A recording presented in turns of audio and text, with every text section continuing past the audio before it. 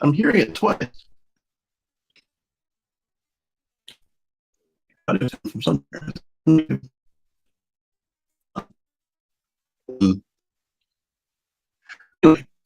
good morning, good afternoon, and good evening. And good morning to those of you on the West Coast. Hopefully, you'll have the earthquake just nicely. And if I start hearing myself on a delay, I'm going to have to figure out where that sound is coming from.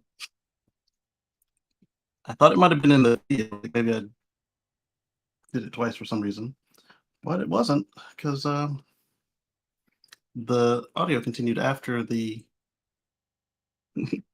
intro bumper had finished. Right now I'm a little grainy because the lights are Wi-Fi controlled, and they've chosen to let's mount here. Let's see if we still have Wi-Fi.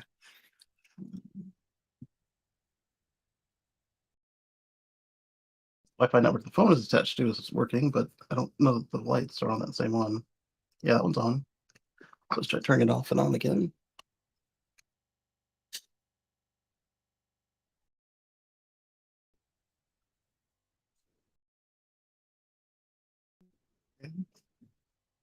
Still nothing found, huh?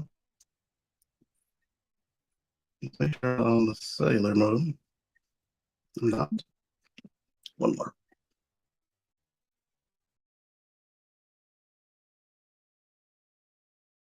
All right, so I guess we're gonna go with today. Hopefully, y'all don't mind a little bit of fuzz. All right, so what's next? 10, that was fun, and let's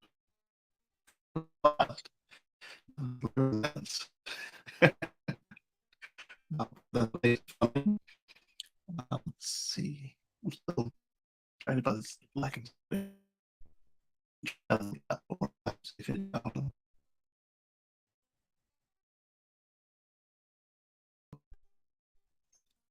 Well, let me open the screen.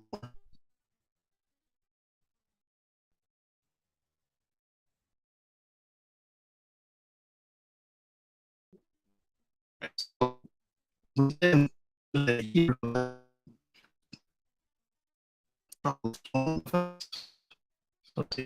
hour and everything, because we've got and got be uncomfortable.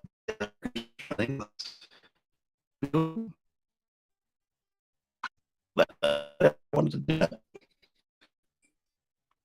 Come back. The camera was not firmly seated on the monitor anymore, so I pushed it back, and that was the wrong way to do it. Okay, we've got a few things that up this week. I didn't.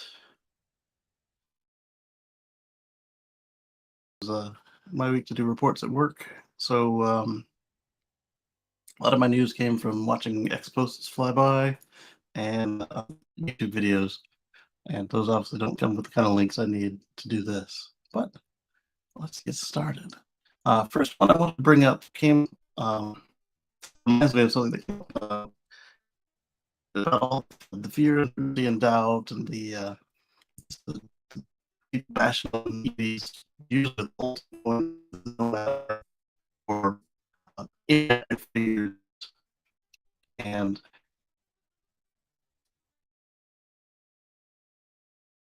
the audio is choppy, or my face. So the face is the lack of light. Let me see what YouTube is in here.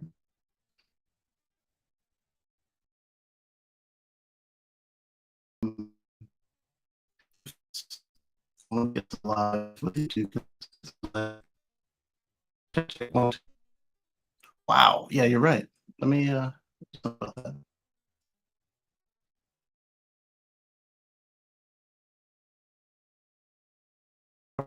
Um, sources. So hopefully, is this any better? Check, check, one, two, check. It feels better. I don't know about you guys. I wonder if for some reason it was going over cellular instead of fiber. The cellular is supposed to be a backup. I'm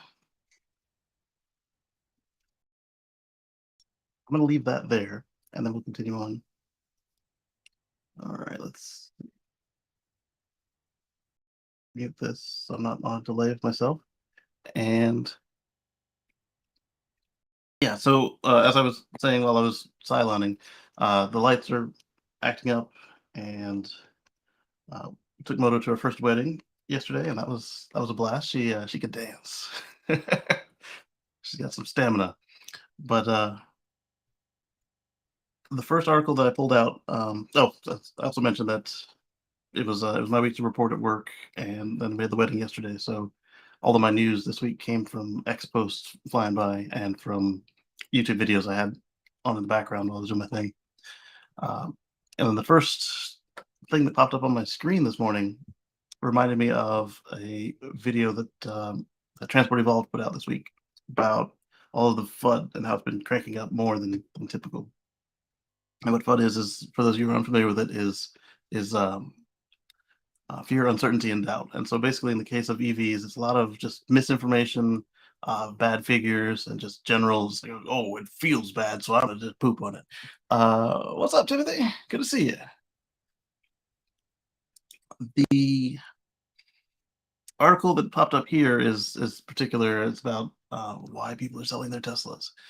But uh, Nikki and Kate had pointed out that uh, we're approaching an election cycle that makes them want to dump on things. We're seeing an increase in sales of EVs, maybe not across the board, because you see the articles about, oh my goodness, EVs are sitting on lots, blah blah blah. Some of them are, yes, but not as a whole. Uh, the folks that would like to not see EVs succeed, from either traditional auto folks that don't have EVs to sell or don't like to sell them, or the fossil fuel folks, they're working their hardest right now. But then you've got a whole another political angle on it as well. So you're going to see a lot more bad faith arguments about EVs coming up, and I've seen a mess of them in the last 2 months, and it's been getting stronger. So rather than touch on that particular article, like I said, the first one that opened up when I opened the browser, we're going to skip it because we already discussed it. It was more along the lines of uh, people who weren't rebuying Teslas and were getting some other EV.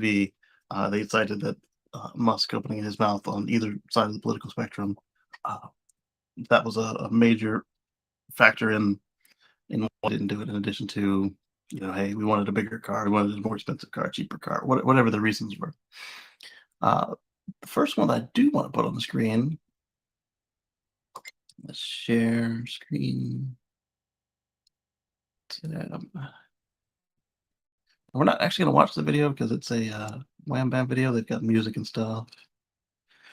Um, but basically, what happened here is there was a little sandwich board orange diamond sign with lights on it that said the flooded roads or floodwaters ahead, something to that effect. And this gentleman here that's been blurred out, getting out of the side of his car, it's a Model 3. He was on FSD, and there was a wet patch of road, and approaching the road, he didn't slow down. The car didn't slow down, and he hit the water at 60 miles an hour and hydroplaned. And then the car kind of went off to the left, and then he went off the road and ended up in this little pond. I don't know if it's always a pond, but it's a pond right now. And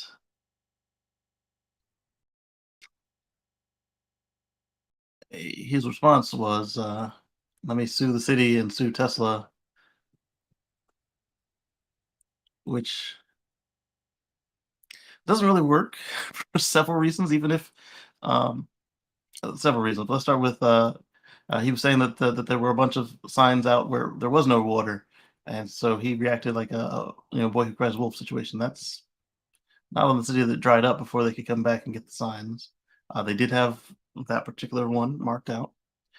He also wants to come after Tesla, but like I keep telling you guys with FSD and autopilot, when you turn it on, hold the wheel, pay attention, blah blah blah. I don't think he has. I mean, he can sue certainly, but I don't think he has anything to stand on here. His insurance company hasn't decided what they're going to do with it, whether they're going to total it or not yet. And just figured I'd start with that one because it was on top. I have no order to any of these things right now. And if you look at the comments, everybody was in agreement that you done messed up, Aaron. He said no, and he never even tried to intervene. What a buffoon! Some of these people are a little extra harsh, but yeah. So I mean, just if it's heavy weather, sometimes you'll see autopilot or FSD or navigate autopilot. They'll kick out, especially if you do catch a hydroplane and don't have a failure, it will kick out. Ask me how I know. And um, other times, sometimes they will be able to determine that the road surface is going to be terrible. Like the latest version of FSD that I'm on, it would actually start to slow down based on visibility and the road surface. But again, that's not something you are to rely upon. If it's doing it, great. But if it's not doing it, you need to go ahead and step in and either turn down the cruise control. Uh, the general consensus is, though, that if you could be coming across patches of water, you shouldn't even be in cruise control either. Uh, just be ready to manually take over and do the right thing. And you got to be at the speed appropriate for conditions. And 60 miles an hour into standing waters is not it. It's also a good reminder to make sure that you've got properly maintained tires, that they've got good tread depth, and if you go with aftermarket tires, make sure that they have good wet rating. If you ever drive in the wet, which should happen sometimes, even if you live in a desert. Yeah. So that was that one, and that was over on Wham Bam. It was the first story in this video. Full self-driving Tesla crash into pond. Moving on.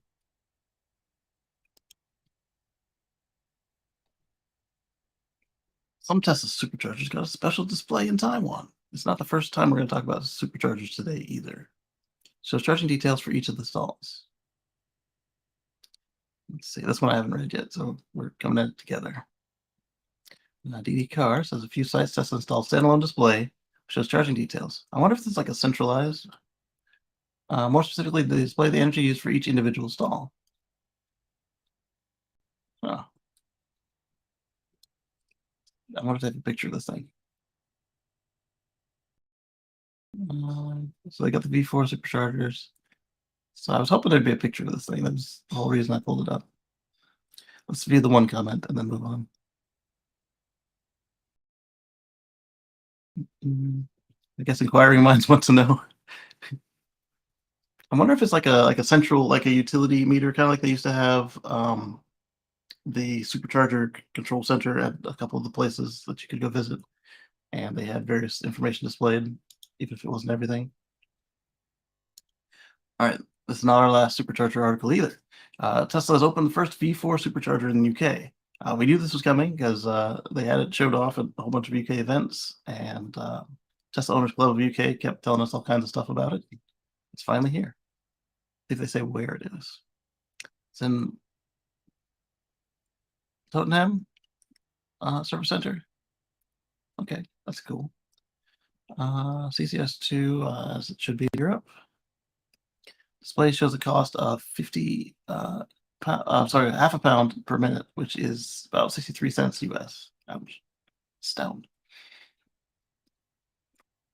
Tesla locks in a certain price, and after the session, the difference is returned to the user's account. We've got a tweet on that'll explain a little bit. So basically, this guy, uh, in the video, he swiped his card and they held 20 euros. And he's like, hopefully I get that back. And apparently you will. You don't have to use the Tesla app. You can just use your card now. Uh, oh, the QR code will get you to download the app. All right. So V4 sites to date are Austria 1, France 3, Germany 1. That's at Giga Berlin. One in the Netherlands, one in UK, and so that's 7 that they know about, with one under construction in Norway and Spain. It's one each, obviously. It's not like it's on the border or something, because they don't. Let's see what these comments are. So does that mean they're finally catching up to Ionity in terms of charging speed? Maybe.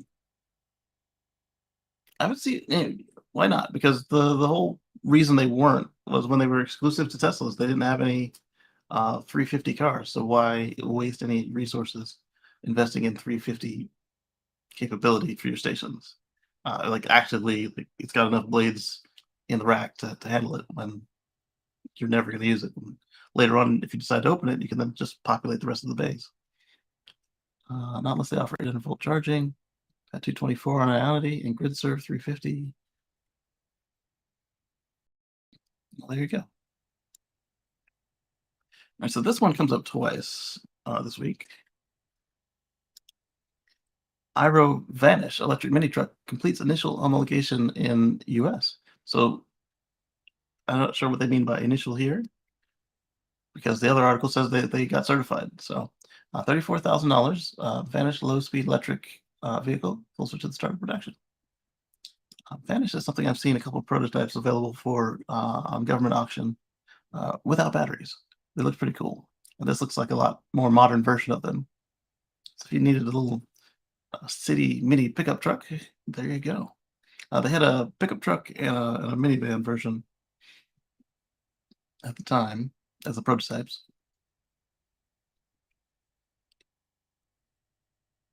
Oh, they're based out of Texas. Didn't realize that. Oh no, never mind. The other one was a Vanish. Vanish was the brand. Iro is the brand here. So never mind on that. So this is like an update to that thing I saw. uh, demonstrated compliance with FMVSS 500, 111, 141, and Canada Motor Safety Vehicle Standards 500 and SAE J2358. This milestone brings them closer to the start of production. Well, there you go. Well, that's kind of cool. We got a fan box and food box, pickup bed, and a flatbed. I mean, everything doesn't need to be giant, and that's cool. Part of the reason the trucks have been just growing, like a mid-sized truck today, is bigger than a 250 series truck 30, 40 years ago, is because all these manufacturers are skirting the EPA. We talked about this last week, how they're complaining about how, oh my, we've been surprised, we don't know what to do about this. We know they know because they've been growing the size of the trucks, so they didn't have to do anything about fuel economy. Rather than doing what they demonstrated that got the rules put in the first place. All right, so 1,800 pounds for the non-street legal variant, so that'd be like a groundskeeper vehicle, and 1,200 pounds for the street legal model. 110 volt, 20 amp outlet, and J1772. There you go. Wonder when they're gonna jump on the next train.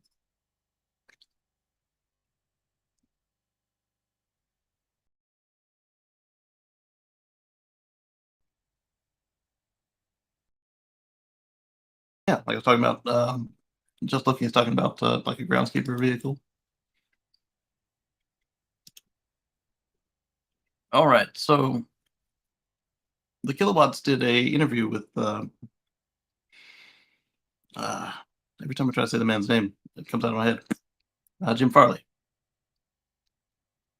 And he didn't mention this in the interview with Ryan, but obviously the information came from somewhere. So the headline is Ford CEO says, "Nah, it's electric Mustang coupe. Yeah, the hybrid." What's annoying about this is right before the Mach-E came out, they demonstrated a electric. What people think of when you say Mustang, what pops in your head is something that looks like this, right? And they demonstrated one, and then the Mach-E came out, and then it's been just complaining ever since that it's wearing the Mustang badge. Then we had the Capa Camaro before that, which is basically a drag race EV. Basically, they have a similar version of it for their crate motors and other. We can just buy the parts from their parts division. So they have the Capa Camaro, the Capa Camaro, sorry, that would do the same thing as an EV in a regular Camaro body. It wasn't a Camaro crossover. Let's see here. I want the quote. Da, da, da. So Bloomberg got a chance to talk with him as well. And where is the quote? So you could say it could be a fully electric Mustang coupe. Nah, probably not. But could there be a partially electrified Mustang coupe and it'd be world class? Yeah, said Farley, according to Bloomberg. So in some ways he gets it, in other ways he still clearly doesn't get it.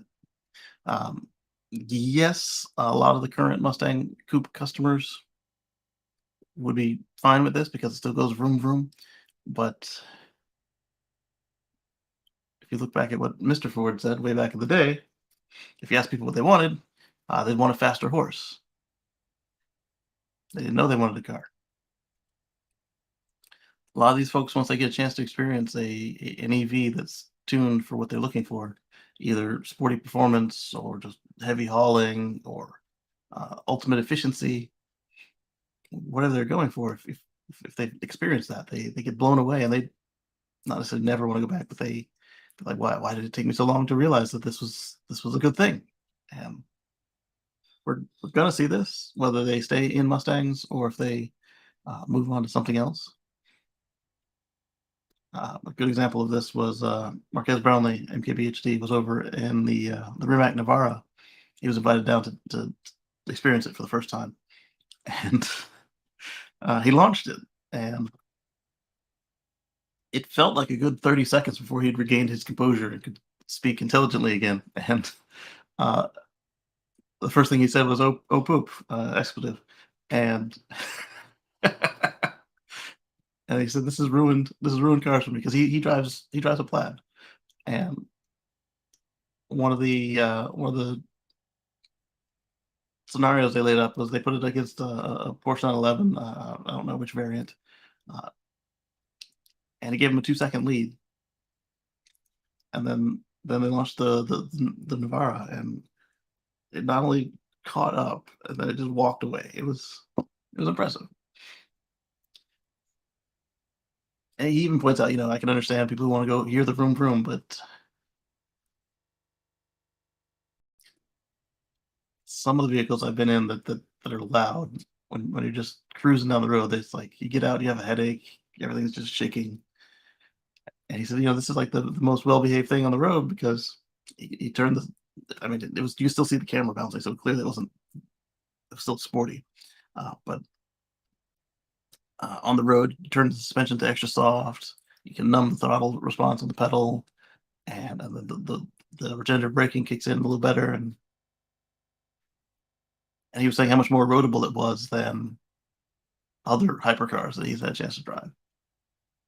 And that's stuff that people don't really think about. I mean, unless you never rode your hypercar, which is some people do that too. Um, so we'll see what becomes of this. I think this is a case where Farley is wrong, but he's been willing to move the ship on a bunch of other stuff.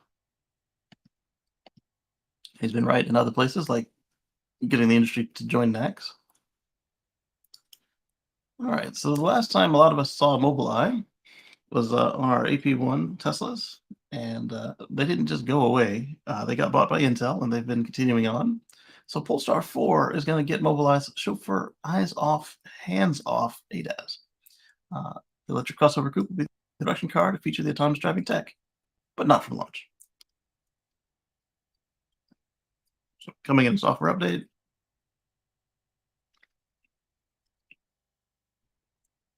It's on sale in China today, globally in 2024, and it'll have the NACs because Polestar, took the time to make a press release, and Volvo did at the time a tweet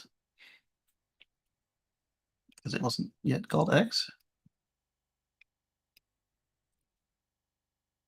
Man, I joined Twitter like over a decade ago. Then some guy came and bought it. Chauffeur autonomous driving tech from the get-go. Oh.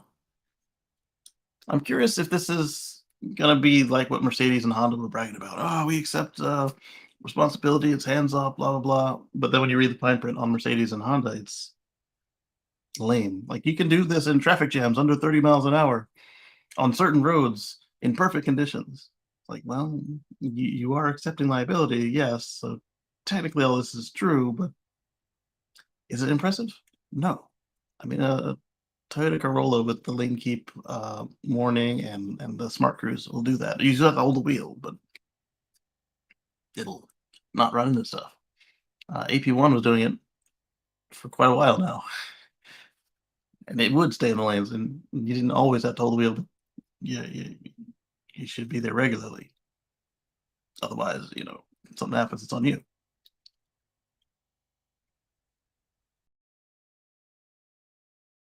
RSS based. I see RSS and I think news feeds from websites. So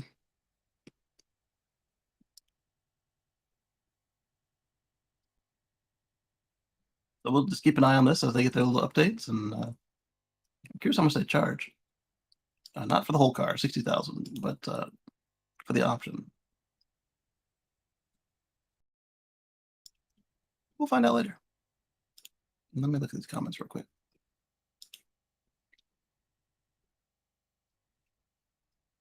New Polestar looks fancy.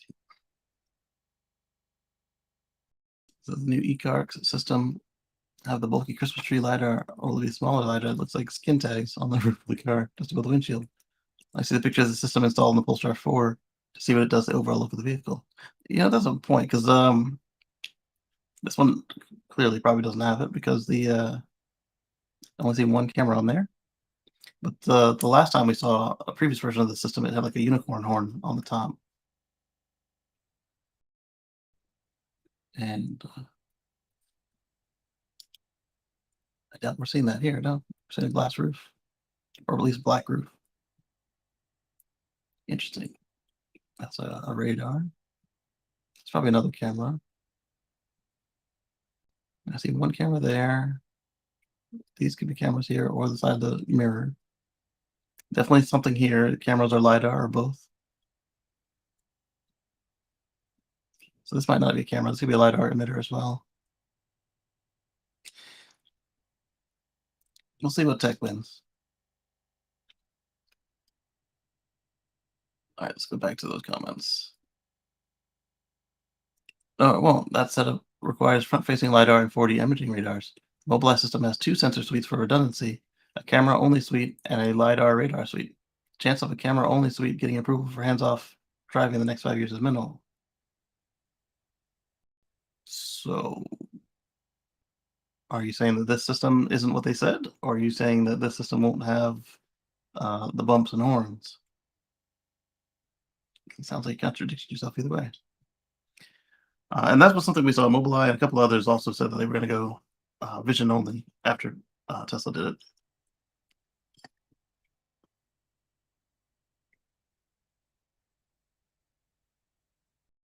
I don't know how to use the word cheap and LiDAR in the same same sentence. Not for what you need for a vehicle. I mean, this little iPad's got LiDAR, but that's not the same. Not the same tech.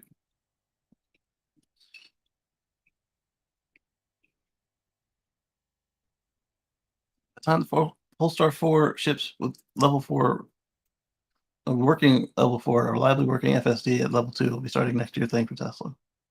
It's a starting next year thing now, and it has been for the last couple of years.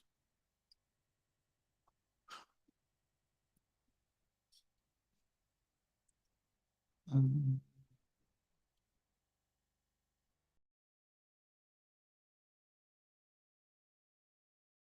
Tesla gets approval to build a diner, drive-in theater in LA. I think we've talked about this one several times before, but I can't keep track of where it was. West Hollywood location. I think that's the same one. We'll have 32 stalls, according to documents seen by Teslarati. Musk said back in 2021, new location will be built in Santa Monica. That would include a 50-style diner of sorts. 2 years have passed since Musk previously tweeted and now X posted really. Nothing has happened in that respect. None with F-55 until now. So Teslarati saw documents that say they received approval from LA Department of Building and Safety to build a diner and drive-in movie theater, supercharger in West Hollywood, 7001 Santa Monica Boulevard. Well, there we go. So it's finally coming. That took a long time, didn't it? 2021 to sometime in 2024, most likely. The question now, though, is as supercharging has gotten much faster since they made that announcement, how short are these movies going to be?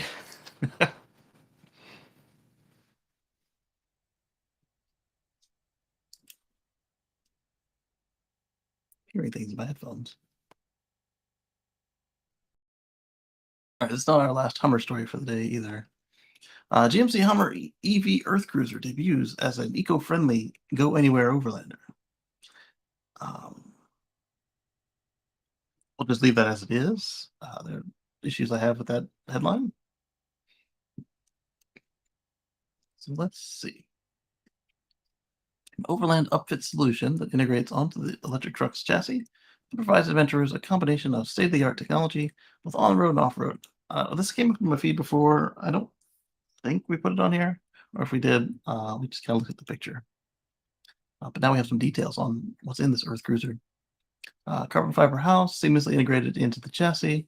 A remarkable 605-watt onboard solar system. Is it remarkable? Yes, it's decent.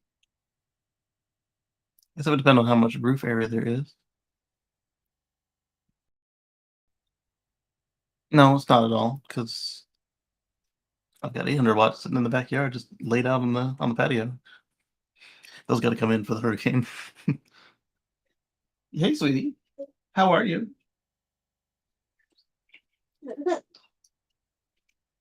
Oh yeah, she brought in an iPad and was watching a rubber ducky. Was that it? What did you eat? Why are you covered in sauce? Did you eat spaghetti or rice? You did. Okay then. Yes. She doesn't want to get on camera, so she won't. Huh? Oh, that's a stand. It holds up the other solar panel. Because the first one's on a robot. It's just a piece of metal. Yeah. That was too much explanation for her. She'd gone back to the video as soon as I started.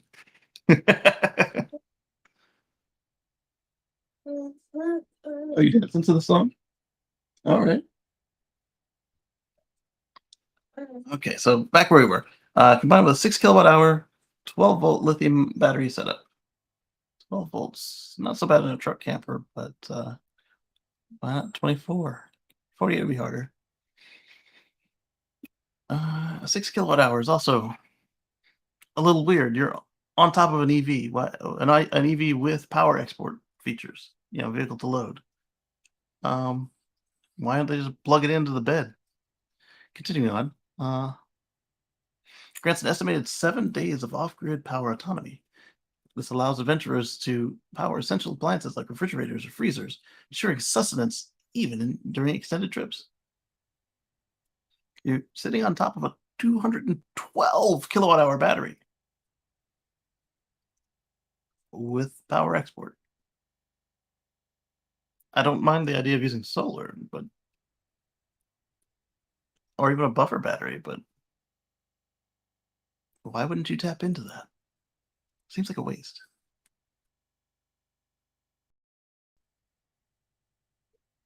There's some pictures of it. Let's take a look at these 5 pictures. And so on the sales, here you got your gear, you got a shovel, and okay.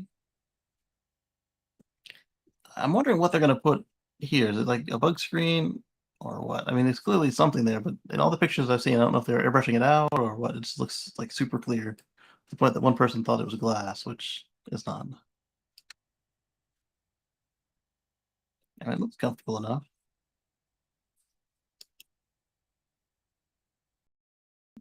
I mean, there's not much you can do to make the Hummer get worse fuel economy. Okay, I think they got a nice little space below there. Guessing that's the fridge. Oh, you got more little pockets on the outside there. Oh, if I'm holding it, the mouse disappears.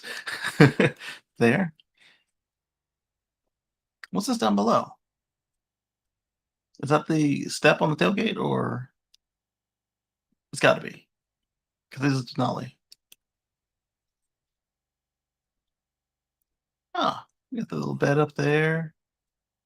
I don't know if it's supposed to be a TV or a security system or an Amazon device. That kitchen looks nice for a little pop up. There we go. And again, you still really can't see what the material is. I'm guessing a bug screen because it does start to show here. Or perhaps their demo model doesn't have a screen and it's just wide open. Ultimate clarity for pictures. Let's see. The tri-layered insulated pop-up roof camper shell. Okay, so it's insulated. That's what you do on a cold night. Huh? You don't need sleeping bags. Lovely design interior, functionality, and storage. Let's see. 13.5 gallon freshwater tank. It's not bad. Yes, sweetie.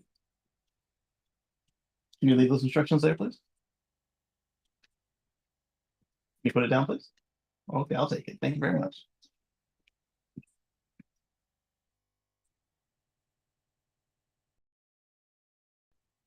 Don't drop this on yourself. It's sharp. Yeah. This one. Oh, don't stomp on it. Boom, boom. Boom. Hello, everybody. Is this spaghetti sauce? It's not peanut butter.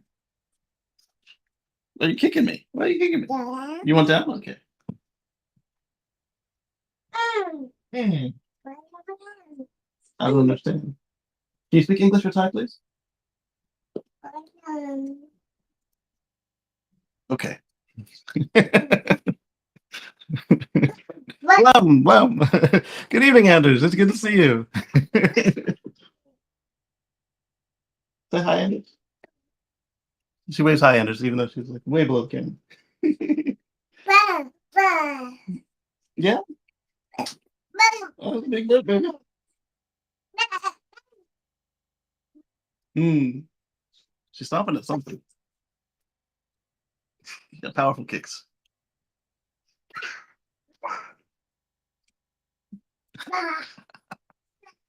All right. Let's see what else they say about this thing. 13 and a half gallons. I mean, it is a 4-foot bed, so you don't have a lot to work with in places to put water. You definitely don't want to put it on the roof. Just because water is heavy and it sloshes. Flat back toilets. So it's careful, baby. Hit your fingers. Yeah.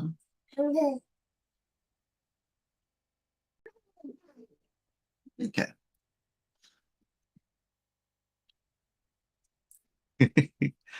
All right, so flat back toilet. So it's probably like a dry flush situation where you get like a bag that you're gonna dispose of. Full size bed. Not bad. So there we go. 7-inch touchscreen control panel. Okay, so that's for vehicle management. 7-gallon gray water tank. All right, so that's where the sink will drain off to. It didn't appear to have any sort of shower facility, so it'd be and the toilet is a flat pack, so it's not going to be that. So it'd just be the sink really.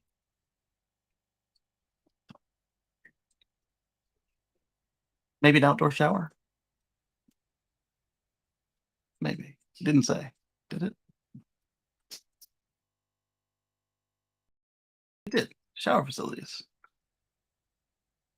I zoomed right over that while I was being distracted by someone trying to drop metal on themselves.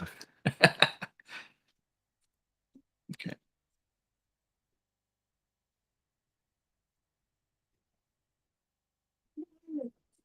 You can take that with you.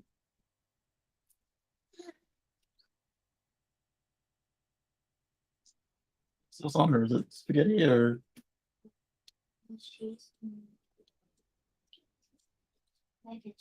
mac and cheese? Oh wow. No problem.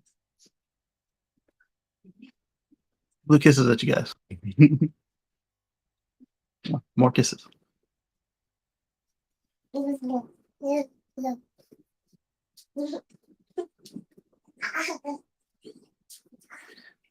All right. LED ceiling lights, exterior gear storage, dimmable interior lighting, onboard 12-volt water heater. I'm glad they didn't add an extra hot in there. It's a pet peeve of mine. If the water's already hot, you don't need to heat it up again. And for those of you that don't know what I'm talking about, this is typically an American situation where we call water heaters, we call them hot water heaters for some reason. Cruiser reveals a Isuzu-based overland camping platform with a GM V8 engine. Customers who work off-road. Okay. That's interesting to me. That's not electric though. Anyway, continuing on. 12-volt water heater. Interior space, you got 80 inches of standing room at the entry, 76 in the step in the hallway, and 35 in the bed. So you won't be standing in the bed unless you're really short, like a child. Toddler. All right, expect to be available for Hummer EV owners in 2024 through their retail network. Oh, this is from these guys. Okay, it's the same company. So they know what they're doing. Let's see, overlanding upfit falls outside the scope of GM's new vehicle limited warranty, and the automaker is not responsible for independent supplier alterations. Earth Cruiser announced the project based on the Hummer EV back in March. So they consider it to be a full upfit and not a drop-in then. Interesting. Because it still looks like a drop-in. And then if it's an upfit, again, why are you not utilizing that massive battery? And the other question is, will they upfit the one you've already got, or do you have to buy it from them? And at what markup? And as much as GM is protesting about the warranty, the Magnuson-Moss Act makes it so that they can only deny the warranty claims for things that the accessory has affected directly. So, like if you say that your T-tops on the Freedom roof or whatever they call that thing don't work anymore, and they look at it and it's got scuffing from the top of the bed here, well, they could deny that warranty claim. But if, say, you get a scratch on your hood and it started rusting, they can't deny your rust warranty because of the thing that was in the bed. So, I mean, manufacturers love to do this, like whining and complaining about accessories, unless it's their own accessories. And the comments are probably going to be brutal. Let's take a look. There's a video. Oh, it's the Hummer video. I thought it was a video for that. Well, let's look at it. Looks like a sweet spot to spend a few nights off grid. The range impact will suck on the highway, though. Will you even notice it on the Hummer? The vehicle outfit that any person who cares about sustainability should purchase. Like, holy crap, I can't stop. Okay, I was about to say, because you can't be serious with that. The retailer certainly is. Well, this will be as rare as Hummers themselves. I expect to see similarly conceived pop-up camper shells made specifically for the Rivian, Ford Lightning, Silverado EV when it hits the market. and it already has in work truck trim. I know there's talk of something similar like this for the Cybertruck. I suspect it'll be quite a while before customers get their hands on that truck. You might be surprised. Also, that one is called the Cyberlander, and it functions a little differently than this thing, but it was still a convertible pop-up situation. But it's able to, when they finish it, it's able to fit under the vault. Let's see. Nothing eco-friendly about any Hummer, regardless of its drivetrain. This is true. This may catch on as just a camper shell used in trucks now. Amenities are closer to a mini RV or a truck camper. At a price point of carbon fiber, solar panel, PV pop-up shell is 30,000, 40,000, 50,000 or more. Yeah, I was looking for that as well and didn't see a price. Other Earth Cruiser offerings, like the EXP 2020, have been quoted as a $370,000 option. Yeah, most folks would buy a Prevo and call it good. Um, Maybe not a Prevo. Like if you're into this overlanding thing, why not buy a overlanding truck? Maybe one that's an EV. Unless you were already overlanding with a truck camper, and I don't know they get that high in price. I know some of them are touching 100 grand, but not 300 grand. Yeah, same people will take 37, $10,000 holidays or similar instead. Most folks wouldn't be buying a Hummer at all. Halo vehicles are always costly and have limited production. And of that limited production, they can't even seem to get it going as is. All right, so the first dollar signs appear in the comments.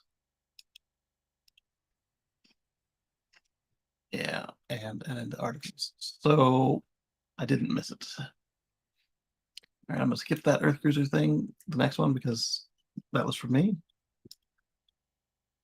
Magic Ducks in Canada. Welcome aboard.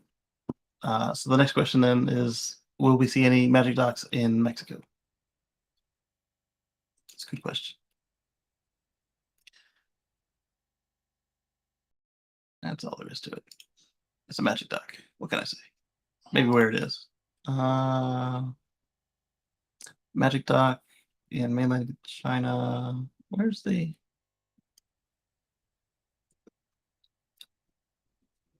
Robert George _P shared photos? Deep River in northern Ontario. There we go.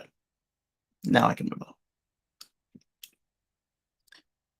All right, so Tom Malogny shares with us some news that I get and is also disappointing. Electrify America and EVgo have banned the use of non-OEM adapters. Both companies cite safety as the reason they don't allow third-party adapters to be used. So, no more of this Chinese thing. I don't know what most of these are. Several of them look like the Tesla CCS adapter. Not this one, but these two look like it. That one's clearly not it. That one looks like the Tesla one, so I'm guessing it's something like the Electron or similar. And then the adapters. These ones, I don't see what's wrong with these if they have the right amp rating for your onboard charger. That's unfortunate. So let's see. August 17th, the network switched from a set pricing structure that offered consistent pricing. Yeah, we talked about that, and the dynamic pricing in return of idle fees. Sent out an email announcement to its customers announcing the new pricing rules, and also indicated the terms of service have been updated as well. When I read the updated terms, I noticed that something I hadn't before. There was a section that stated third-party adapters weren't made by automakers were not allowed to be used on the network. Ah, Eddie, I can see it.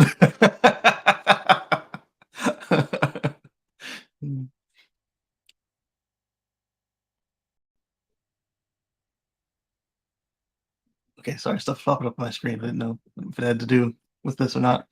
EVgo has had a similar policy in place for many years now. So I looked up its terms of service and found the language that prohibits non-automaker made adapters and found the network also specified which adapters are allowed to be used, all of which are made by Tesla. Wow. So for the 2024 adapters available, folks, on the NEX, that would be so like A to Z that we talked about, and a couple of the others that are trying to make adapters for CCS to NEX. They're going to need to be sold by your parts department in order for you to use it, based on this. Unless they just make a list of, hey, these are also allowed. We've tested them, verified they're safe. I'm fine with the idea of a certification program. It's these blanket no-nos that are annoying, and we'll get to that in terms of another type of EV transportation later in the show. Yes. So I reached out to Electrify America and EVgo to ask about their respective policies, to ask for clarity, and receive responses from both networks. EA responded with a simple but clear message that EVgo, but EVgo was much more descriptive and followed up its original response with a second email from another company rep. EA says, regarding the adapters, based on testing in our lab, Electrify America only permits the use of adapters sold by automakers on its chargers. Adapters sold by automakers are certified to work with their vehicles. Use of any other adapter on our chargers is prohibited. The integrity and reliability of third-party adapters cannot be guaranteed and therefore are not permitted on our network. So clearly they don't even want to have you pay them for certification. It's disappointing, really, because there's going to be good money in that for a little while. All right, EVgo's first response. But this isn't to call out this specifically require authorized adapters for safety reasons. We've seen unauthorized adapters for CCS to NACS not contain a locking mechanism for the latch. See, right there's a good reason, and also a good reason for certification. You bring it into the lab, there's no latch, then you fail it. Which would allow removal during a charge, which is not good. And high current DC charge being ripped out will cause arcing and is dangerous. Which will allow removal during a charge, which is a serious safety concern for arc flash. Yeah, there we go. There's also the concern of the quality of construction of these unofficial adapters, as neither the vehicle or the charger are aware of the presence of such an adapter and will not limit the current because of it. Tesla's adapter is rated at the full current and charge curves of their vehicles, except the Chatamo one, but the Chatamo one also tells it to slow down. And it has temperature and current and leakage and all that stuff. So that one it's expensive for a reason if you bought it or for some reason plan to buy it. Why I say for some reason, because now you can get the CCS and be fine. Where did it go? A poorly made adapter could be at risk of thermal overload or worse if it's subjected to high currents for extended periods. And then this also brings up, right now at the end of this email, brings up the concern about the EVject, which is an adapter that's designed, it's not really adapt, it's kind of like a shim. It goes in between, and it'll keep your NACS to NACS or CCS1 to CCS1. And it's designed that you can tell your car to pause charging, and when it unlatches, you can just drive away. And half the adapter would stay on the charging handle, and when it falls to the ground, cushion the fall. And the other half would be stuck in your charge port, but then you can get away from whatever was scaring you enough that you wanted to just drive away without unplugging your car correctly. What's up, Zachary? Good to see you. And also, Lee, good to see you. All right. So the second email says, EVgo's approach on the. This is why you put the set in kind and all that. So EVgo's approach on adapters basically follows the Charin published approach that allows for adapters only made by the auto manufacturer for use on their vehicle. All right. So this is not what Charin was blasting Tesla about when they were complaining about the first two press release responses to NACS. They were saying that adapters, blah blah blah, don't adapt. But that's a little bit of a nuance there. There is a difference between original equipment and these third party things. But again, open up a certification program. If the Tesla, GM, Ford, whoever adapters are $800 and somebody can offer it for $300 or $400 or $150 and pass your safety tests, what's the problem? EVgo also investigates the adapter before approval, including teardown. Okay, so they're talking about they investigate the manufacturer's adapter before approval, including teardown, written report to manufacturer. To date, we've approved only 3: Tesla AC adapter, Tesla CHAdeMO adapter, and Tesla CCS1 adapter. There's considerable activity. There's considerable activity in the industry right now around adapters. The traditional IEC approach has been to forbid the use of adapters with CCS. This is due to the multitude of safety concerns. Maybe your connector shouldn't suck. Uh, sorry, but it's true. And then basically, just like the other one was pointing out that the lack of latches on CCS. That's a good one right there. However, simply saying in a standard is not allowed does not prevent its existence, as Tesla has proved 3 times now, as you pointed out.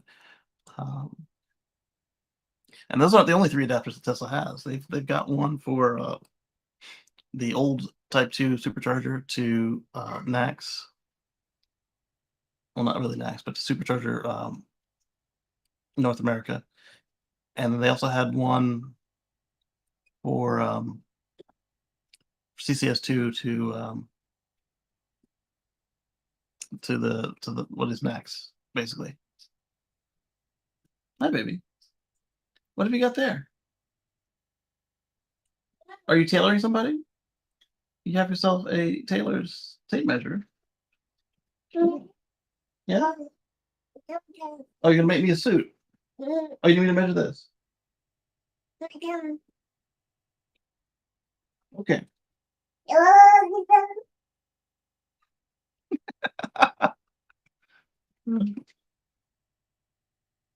She always waves goodbye to me. But was it Friday? Yeah, Friday. My wife was out helping getting stuff ready for the wedding, and so it was me and the baby. And she left, and Moda was taking a nap. She woke up. She was not happy that mom was gone. And then some point after just being mad at me, she's sitting on my lap watching the iPad, YouTube Kids. And then she got up and roamed the house for a bit. And the last time we came in the house, she was asleep, so we had her we had her car seat on the floor. She got in her car seat. Yeah, you did. She got in her car seat and then was demanding things from me. So she wanted her iPad, she wanted some drink, and she wanted goldfish. And so I gave her everything she asked for. And every time I brought her something, she'd wave me off, like, "All right, I'm done with you." And then at some point, she got stuck in the kids app, and the video wasn't doing what she wanted. So she called me over. She turns over, looks at me because like where the seat was, you can see it from the doorway. She called me over to adjust the video. And after about 3 times of this, I went ahead and I moved her into the office in the car seat. Oh man, no, that was the wrong move. Much protesting, and so I put her back right where she was. She didn't like that either, but she stayed there. I guess she thought on the second move I was going to put her in the car and we'd go somewhere. And then just continued on, same thing. Just do what I want, wave me off. One time I just sat there to see what the next request was, and she looked me in the eye. She said, "Just didn't do the hands, but she looked me in the eyes." She said, very aggressively, just waved me off. "Oh, you brought me some peanut butter crackers. Thank you very much. Can I have that one?"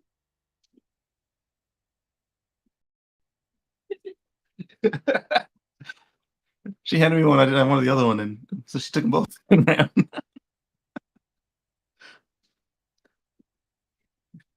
She doesn't like to repeat herself. So anyway, back to the article here. Let's see. Oh, my mouse is all wigged out. There we go. Come back. You're back. Good. All right. So now we have multiple automakers announcing intent to produce at least one state proposed legislation requiring the NRTL approval for the adapter which comes with the vehicle. Multiple automakers intend to produce at least one state proposed legislation. Oh, you're talking about Texas or Kentucky? Well, at least one state. So Texas, Kentucky, and Washington State. Well, Texas is done. That was not proposed. It's done. That would be fine. EVgo employees are involved in SAE and IEC activity on the topic. EVgo is also involved in Charge X consortium of national labs that is addressing this problem with a special group. A draft of an FMEA, failure mode effect analysis. I was going to say, where are they going with that? Was circulated last week by the group. You should put that over here. Thanks for working on this topic. Although we have a policy that forbids the use of unapproved adapters, we have no way to enforce, and there's not general awareness of the issues involved. So what they're saying is they're not gonna do anything about it? Or thank you for bringing awareness to the topic.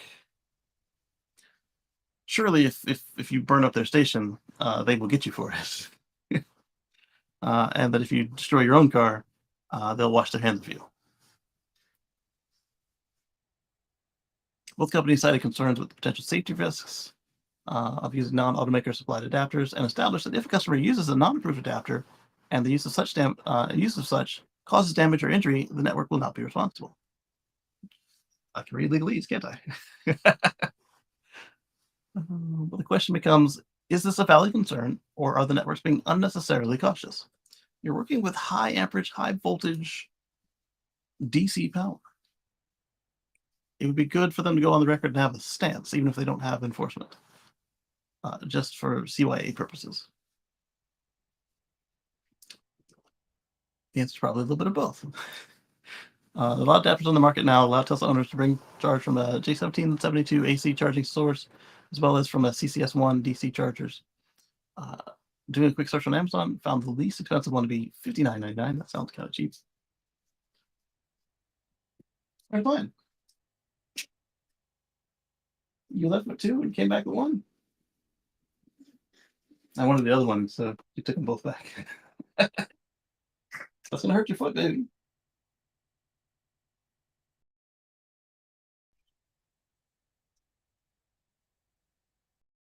That sounds cheap. And the most expensive one is a whopping $5,001.71. What is that? Do I even want to click on it? There's a large gap in quality as well as how much the power adapters can safely accept. You know what I'm gonna do? Open in private window.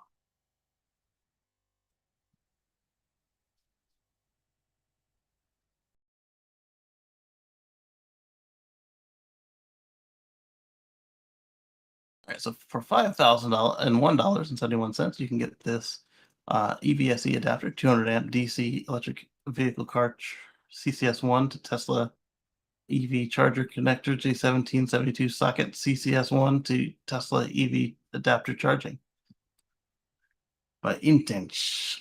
That sounds like one of the nice, friendly name generator Chinese company names. You can also get the one. I don't think it does at all.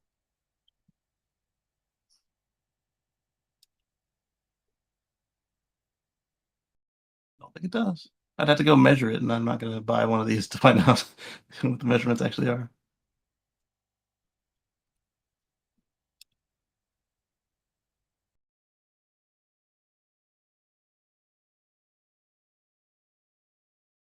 Yeah, for $5,001, I would definitely just buy the Tesla approved kit.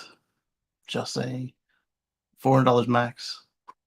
And if your car already has the board, you're looking at $150 to $170. Yeah. Nah. But he's right. There are a lot of them out there. So let's go back to this and close this garbage. $5,001.71 for an adapter. When there's an official one for less than a tenth of that price. Without proper safety certification and without testing by the OEM that produces the vehicle, it's impossible to know which adapter is made to withstand the power that'll be flowing in uh, through them at highest power DC fast charging stations. It's not exactly accurate, but I see where you're going. Additionally, some adapters are designed without proper safety systems. That's the important part that prevent disconnecting the adapter from which power is flowing through them, which is a really dangerous thing when you're charging at 400 volts to 800 volts and pumping 500 amps to the charger to the vehicle. Yes. Is it enforceable? I think they could. I don't know what they would do to do it. You'd have to have staff at the site or cameras or be able to identify these things somehow, which if you're like identifying ripples in the power flow, what if you identify the ripples wrong? A network admitted there's no proper way to enforce the rule. It's like they're going to send the adapter police out to visit thousands of chargers and ban customers from using the network. Actually, I could see them using narcs. Report your neighbors for using adapters. The problem with that, though, would be they'd get a lot of false reports from folks using the official adapters. Or on folks using the official adapters. EA didn't admit the lack of ability to enforce the rule, but conversations with the reps have indicated they also realize the rule would be very challenging to enforce. They're more concerned with assigning liability if a customer has a problem. That's what I was getting at earlier. Unapproved adapter. Now, the policy is clearly stated in terms of use. The customer will be assuming a liability should a problem occur. Absolutely. Be careful out there. All right, let's see. This could get spicy. Their downfall confirmed. Next is the future. Well, both of them are going to be using NACS, and I don't see what that has to do with it.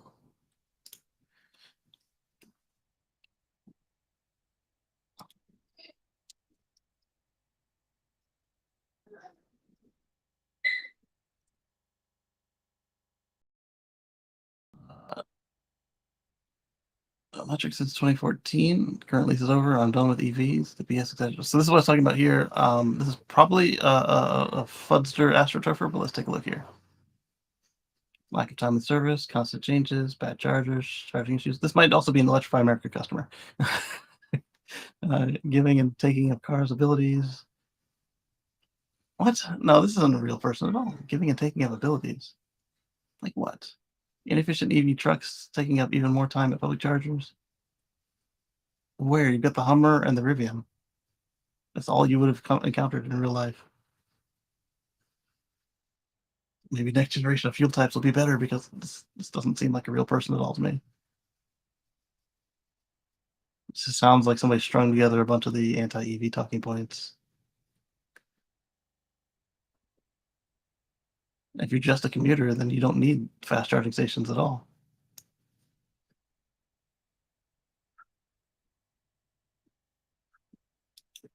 Yeah, this person doesn't seem real. I've had EVs just as long with no other problems, but that's what Tesla chargers. My next car won't be a Tesla, and I'm not looking forward to charging with other networks. Hopefully, over time, things will get better, especially if Tesla's network ends up with V4 chargers with Magic Docks and 1,000 volts. So this person's probably going like Lucid or something. And then, they're staying EV, so I'm not going to fault them. This is a non-story since unenforceable. Not exactly. It's letting you know a story about a TOS change. And that, if you're somebody who likes to follow all the rules, you might want to know that you are suddenly breaking the rules if you continue using your adapter. Where is UL on this issue? Why aren't they getting into the... Yes! Get some certifications! Almost certainly deaths and injuries will be caused by uncertified adapters. I don't know that it's almost certain, but it's certainly a very real risk right now if you're looking at ones without proper locks. Too much resistance will cause fires. Poor chassis grounding will electrocute people. And disconnect while powered will cause arc flashes, which often kills. People who don't die in arc flash often have some body part burned off. With an EV charger disconnect, it's unlikely to be the hand or the arm near a defective adapter. It's true, they're all at waist height.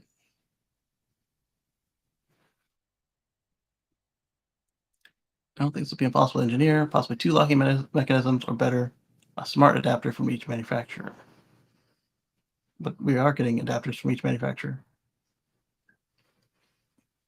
You're going to live with adapters for some time, even as the NAX takes over 70% of the market. Yes. If Hyundai and others stay stubborn, CCS will be like Chatamo. CCS is done until they go wireless and buy a CCS vehicle. You're going to be hit with greater depreciation as nobody wants dongles. That's why I passed on Ioniq and just kept my Tesla. If Hyundai goes to NAX, I will likely revisit them. Dealing with EV charging for 5 years, I'm not going to make the experience worse than I already. I guess he had another thought to that comment. EVgo and EA are crappy networks, so unless you get their act together, the competition will take care of them in future anyways. They're not great, but I wouldn't say that they're like useless. It's supposed to be the point of the match dock, make it seamless. Maybe a moot point until Tesla rolls out the V4 charger with longer cables. Subsidies require CCS support. I don't see it going away until most EVs with CCS are on the scrap heap. Yeah, so 10 years from now. In the meantime, 10 years from next year, really. Companies that are still using CCS that can't switch over with the current model year and don't want to see sales plummet because of this decision. They don't want existing fleet of cars to be sold to be stranded. Yeah, they're going to need adapters. And for 3 years of unlimited charging with EA, somebody else might want to use Tesla chargers, but the reality is some manufacturers probably have longer term agreements. Yeah, but that's why the networks are putting NACs on their stations. And we use Tesla superchargers and don't see that changing. I expect Hyundai will arrive in 2025 with everybody else. Yeah, I see your point here. Like, just because they haven't announced anything, once everybody has got a native port on their car and they start shopping, and if they ask you where the port is, like, because some of them look like a fuel flap, some are hidden in the tail light, some are hidden in the nose. So if you ask them, hey, where do I plug it in at? And then you pop it, and it's got this monstrosity instead of this little dainty dude. That might turn away a few people. Nobody wants dongles. That's why 85% of new EVs from 2025 forward will have NACs. We'll still deal with some EVs while we transition smart charging providers to get out in front of the possible problems. All non-Tesla charging failures are going to add to their demise. Adapters, the original sin of all electronics. Yeah, from phones to computers to, like, you go way back to like radios and stuff. EVgo and EA to make sure each of their stalls has multiple plugs. They're going to do that too. Yeah, Tesla doesn't want to do that. That's cost.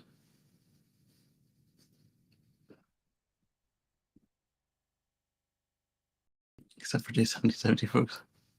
No OEM makes the adapter I need. Level 2 only, next to J1772. No OEM makes it, no, but that's where the adapter and all them come in. The Jesla. So unless I use my aftermarket one, I won't be able to charge publicly once the next transition is complete. OEMs will just want you to buy a new car, and aftermarket suppliers, by the article's definition, will not be approved. I suspect there will be either one smart adapter that can switch, or you'll have two adapters. They'll give you a CCS adapter and a J1772 adapter, because you're right, those will be going away. Not a big deal. I don't need to use EA anyway.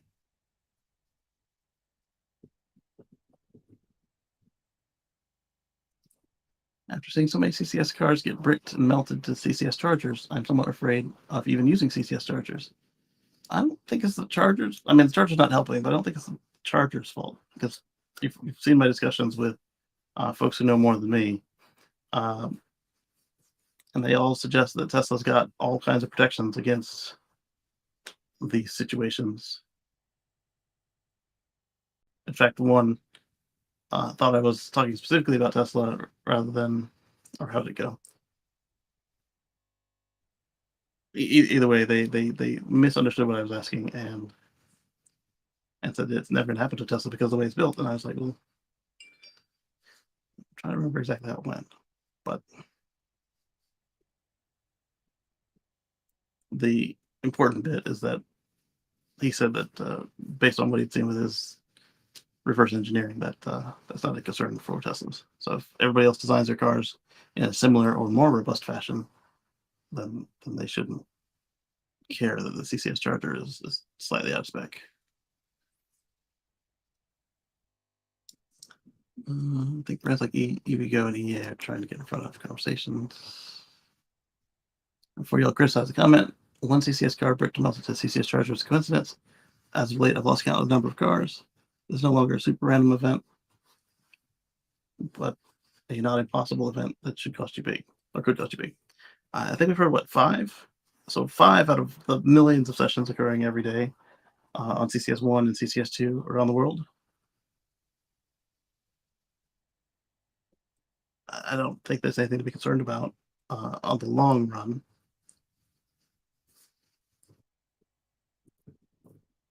Yes, those cars sometimes crash too.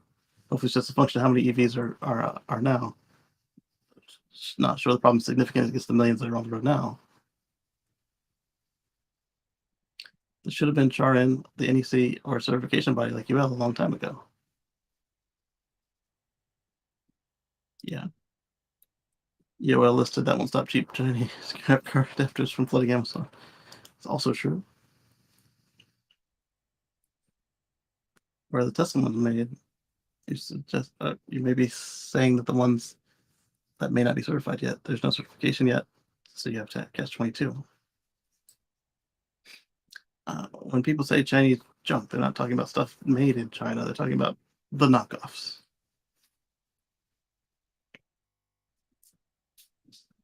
Yes, sweetie. Do you need help with that? Is the battery dead?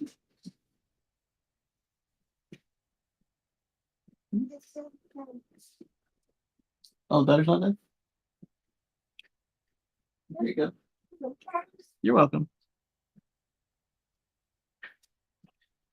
All right, moving on to the next thing because we spent far too much time on this. Yes, you got it. There you go. Oh, you dancing now? Elon Musk shows off production candidate Tesla Cybertruck with a big smile. So it's coming. It's happening. He also had an email that was leaked saying that this thing should be uh, down to the microns. And if Lego and soda cans can do it, then why can't they? And a normal response would be because it's a car, but the batteries for this car and most of the frame are actually based off of die-cast cars. So he's not far off, but again, he says a lot of stuff. So who knows if we'll see that? And then people have circled that this gap looks inconsistent, and that gap looks inconsistent, and that was kind of his point. Is that this car's got some straight edges? It's really hard, really easy to tell. And that was basically all I wanted to do there, was show the picture and announce what it was. Huh? Yeah, it's not toy. Be careful.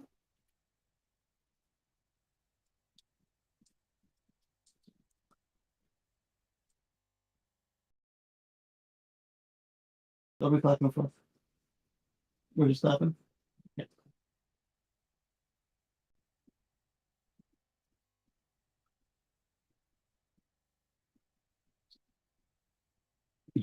Bye. Oh, there's a wall there. She ran into the wall.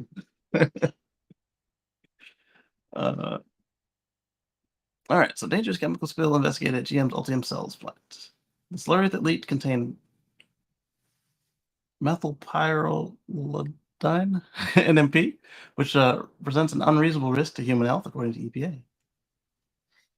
Update operations have resumed at the site following a cleanup by third-party company. Well, so is this what all the folks at Giga Berlin are afraid that Tesla's going to be constantly doing? Because that's how they act. Oh no, there's some fire extinguisher foam that leaked into the dirt lot for a second, and they cleaned it up.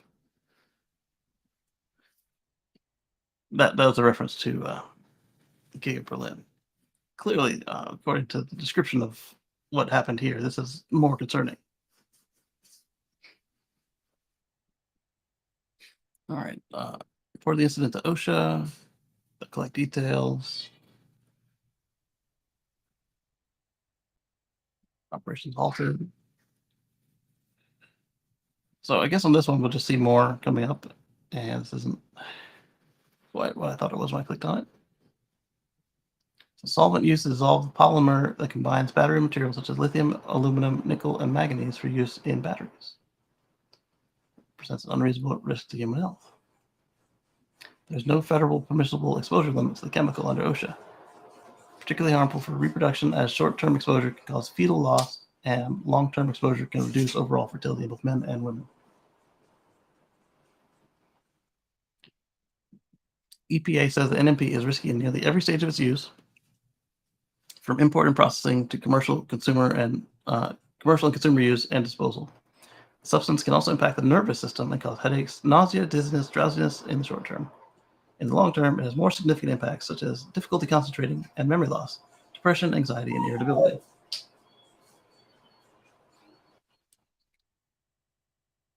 UAW released a very critical white paper in July about conditions at the plant, arguing that the facility had hazardous conditions and low wages, and that the company fostering such conditions should not get generous federal subsidies. Ulti themselves said the union's characterizations of safety at the plant is knowingly false and misleading. Wow, that's damning.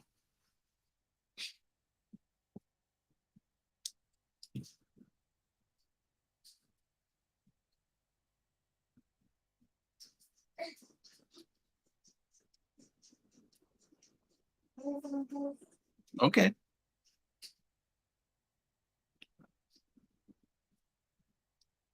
Good thing there don't have net spills while building ice cars.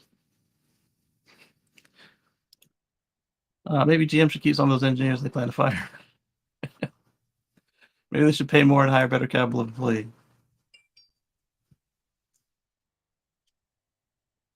Saving the weather one chemical spill at a time. That sounds like a political comment.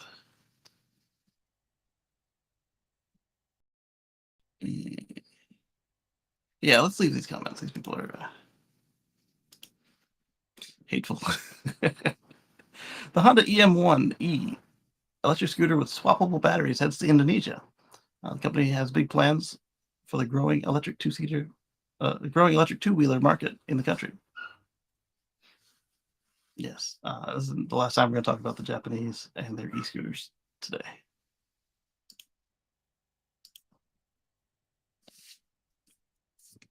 Cybertruck versus Ford F-250 Super Duty, dimensions compared. I mean, it's clearly shorter, but it's not that much smaller. And when you look at the power that they've quoted for the tri-motor, it really is a 2,500 to 3,500 class vehicle.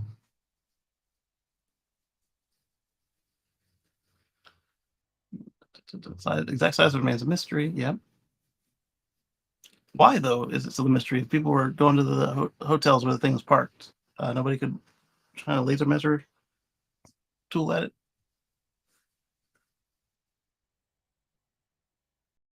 Anyway, moving on.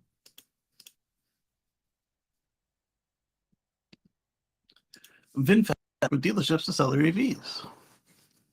Now, this is something that seems like a bad idea to me. The only people currently still working with dealerships on their EVs are legacy automakers.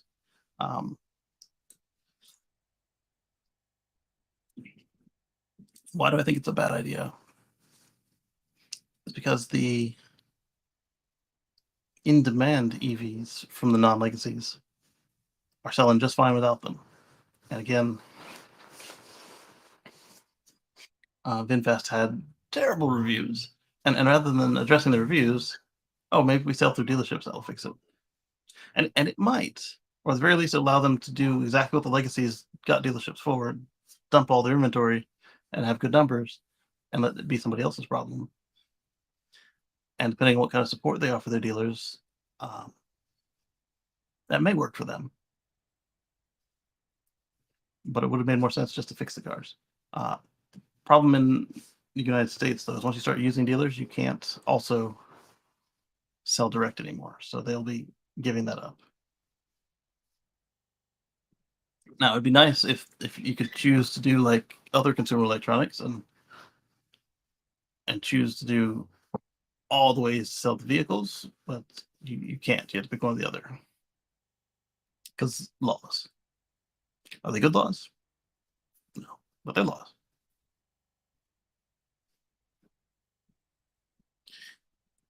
And you know, someone who worked for dealerships for a while, I totally get not having to compete with your manufacturer.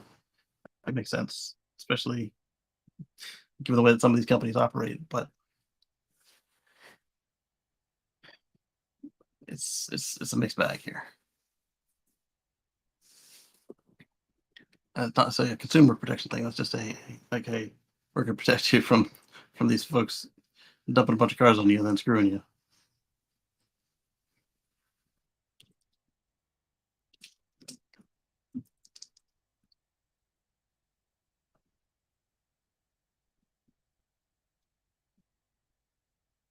Checking something real quick.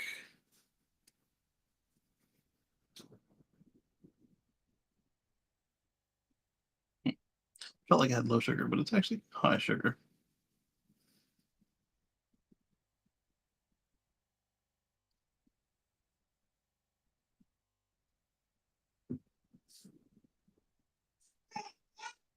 The lights app is just spinning, which is different than what it did before. It said there were no lights. Now it's spinning. What if I use this control here and do something? Probably not. Yep, not. I was pushing the button on my laptop here. Opening our own stores is great, but it takes a lot of time. Joining forces with other partners to go faster has always been our nature. You might not realize what it's like to do U.S. auto dealers versus your local ones, though. Not saying they won't save you money and get your sales going, but you won't be able to change your mind later.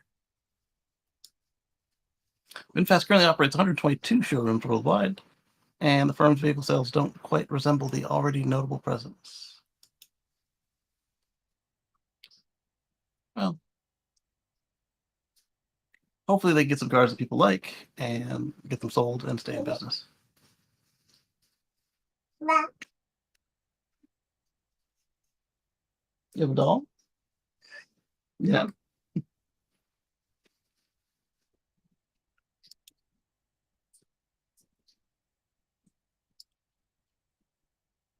Ford patents adapter that would enable EV charging daisy chain, similar to Rivian's patent for pass-through charging, but doesn't require any vehicle modifications. Well, this would solve people blocking the chargers. My frame rate has dropped. How's the audio sound? Is the audio dropped?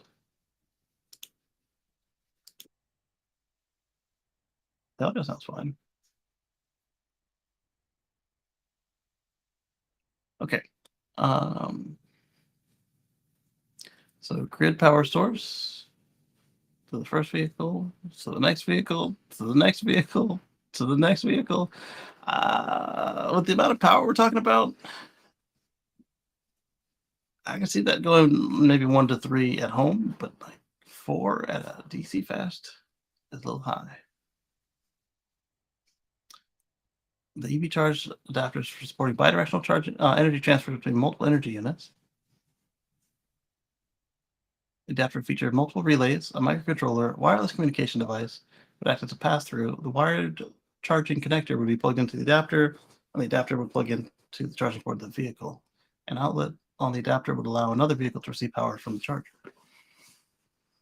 I don't know. This is probably not something that'll ever see the light of day. But if it does, we'll talk about it again then. Tesla and Volta chargers rank the highest in NJ Power public charging study. However, overall satisfaction with both DC and level 2 charging has declined, according to the EVX study.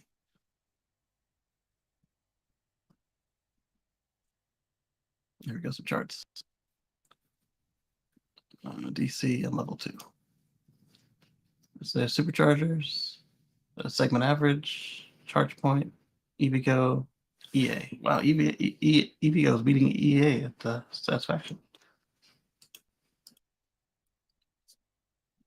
Volta, Tesla destination, close second, 661 to 665. Charge point at 618 versus segment average at 617. I personally haven't had any issues with charge points that weren't broken. SEMA Connect, EA, and Blink.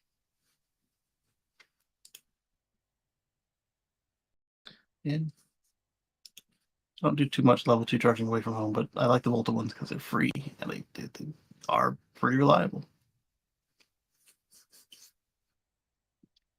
It's going to remain a public charge issue moving forward. Ubiquity of the gas pump and the fill time of this gas pump is an expectation BEV owners want to see happen. Waiting at a charge station for a port to open up. Charge stations may or may not have ports offline as BEV become more and more prevalent. The transportation sector, more public charge ports will be needed. How fast these are built will also determine public opinion about the BEV driving experience. Yeah, you hear it all the time. I don't have chargers near me. Where do you live? There's 20. All right, so Hertz is going to continue their EV rollout. They're going to add Cadillac Lyriq and Silverado EV to their fleet soon, with a purchase of 175,000 EVs from GM by 2027. There's not much more to say there, so I won't. Tesla sues 2 ex-employees for data breach that affected 75,000 people. The unnamed former employees leaked over 23,000 files totaling 100 gigabytes to German newspaper Handelsblatt in May. So these folks were working at Giga Berlin and decided they were going to leak some stuff, and they stole data on their way out and gave it to the newspaper. The newspaper noted that there were personally identifiable information in the data dumps and told Tesla about it, and then gave them back the data, and then Tesla decided that they were going to sue the employees. What have you got here? Snacks? Yeah, this is from the wedding. It's beautiful, isn't it? Yeah, you have a snack? You can eat it. Do you want this box back?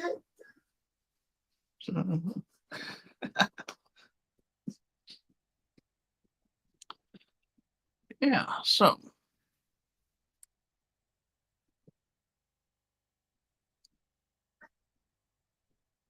according to a notice posted by the Office of the Maine Attorney General seen in Bloomberg, a total of 75,735 people were affected by the data breach, including residents of Maine. People appear to be current or former employees of Tesla. Data breach was uncovered on May 10th by German media, which received 100 bytes of confidential data from a whistleblower. The newspaper alleged that over 23,000 leaked files Tesla had failed to adequately protect data from customers, employees, and business partners. That sounds like it. An August 18 letter by Tesla that accompanied the data breach notification. The EV maker said that a foreign media outlet named Handelsblatt informed Tesla on May 10th that it had obtained Tesla confidential information. So wait, I had heard it was from Giga Berlin. We'll see where these people came from in this article. The investigation revealed that 2 former Tesla employees have misappropriated information in violation of Tesla's IT security and data protection policies, and it shared with the media outlet. Tesla sent a letter to those impacted. So my understanding was, yes, it was mostly Tesla employees, and then there was actual proprietary data, and I don't remember if there were customers or how many customers there were. It filed lawsuits against them without specifying the jurisdiction. Okay, so maybe the report I heard assumed it was Berlin because it was from Handelsblatt. According to the letter, the lawsuit led to the seizure of electronic devices that were believed to contain company information. They also obtained court orders that prohibit the former employees from further use, access, or dissemination of the data, subject to criminal penalties. And Tesla cooperated with law enforcement and external forensics experts and will continue to take appropriate steps as necessary. So it sounds like they're doing the right thing now. Uh, it's always bad when you find out about your data security from something like this. But ever since they had acquired the former Apple data security cybersecurity officer, they've been making good efforts. I say good because this isn't the first time we've heard of employees walking away with stuff they shouldn't be able to take outside the network, like the couple times that the autopilot code was stolen, that thing. Uh, Handsplat has stated it does not intend to publish the personal information, and any event is legally prohibited from using it inappropriately. Yeah, because EU privacy protection laws are strong. The leaked documents, dubbed the Tesla files, included sensitive information such as more than 100,000 names of former and current employees, social security number of Tesla CEO Elon Musk. Wow, why is that just something somebody could just access? That's pretty bad. You shouldn't be able to access any employer's SSN, let alone the CEO. Private email addresses and phone numbers and salaries of employees, bank details of customers, and secret details from production. Tesla reassured those impacted there was no evidence of misuse in a manner that may cause harm. That said, the company offered 12 months of Experian Identity Works and credit monitoring and identity theft to those affected. They also advised its users to be extremely vigilant against possible phishing attempts and be extremely thorough with their account statements and credit history. That doesn't look good. And it could have been much worse. Don't violate your employment agreement, folks. You're inviting expensive hell of civil lawsuits and possibly even criminal persecution in some states, some cases. Yep. Tesla needs to be working with German government as it was an EU news outlet that received the information. That'll be a violation of GDPR and might be the first criminal cases under GDPR. They could be.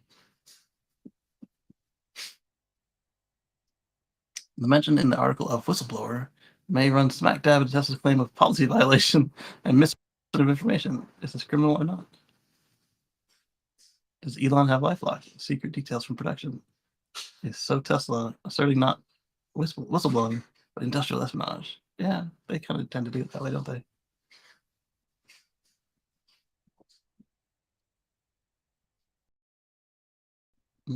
We'll see how that goes. Whistleblower defense might not be so convincing if the whistleblowers released employee and customer information. That part sounds like a big no-no to me. Yeah, like if you're whistleblowing, you tend to either bring it to the media or bring it to the appropriate regulatory agencies. You don't expose your CEO's social security number and all your coworkers' banking details and some of your customers' information. That's not a whistleblower exclusively at that point. I find it unlikely that the discovery process will hurt Tesla in any way in this case. I'll disagree with that last statement. All right, so while everybody else is lowering their prices on their EVs and used cars and new cars, the 2024 GMC Hummer EV pickup price has been increased by $1,600. However, the online configurator mentions an instant discount for early reservations. So this sounds like they have a price increase for their parts coming up and they know it. And if you get your order in ahead of time, they'll lessen the impact for you. I didn't know that top was an option. I knew about the Freedom Roof.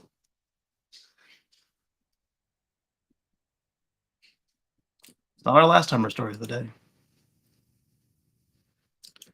This might be. GMC Hummer EV to receive shocking EPA. GMC Hummer EV receives shocking EPA rating. True electron guzzlers. The fuel economy barely exceeds 50 mpge, which explains the necessity for a large battery.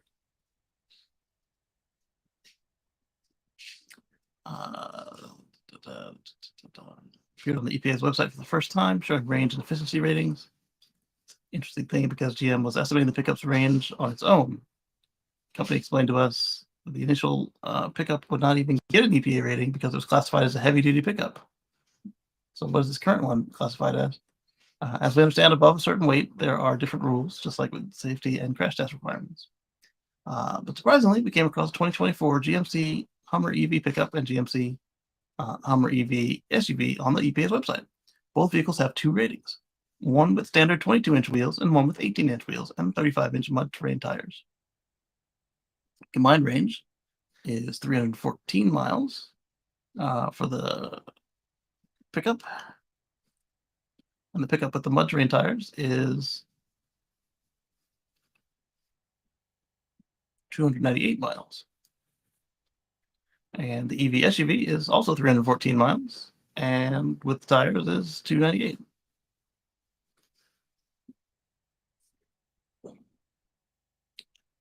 They're different sized, and they have different rear ends. So I wonder if GM exercised their opportunity to reduce the numbers here, so they both come out to be the same.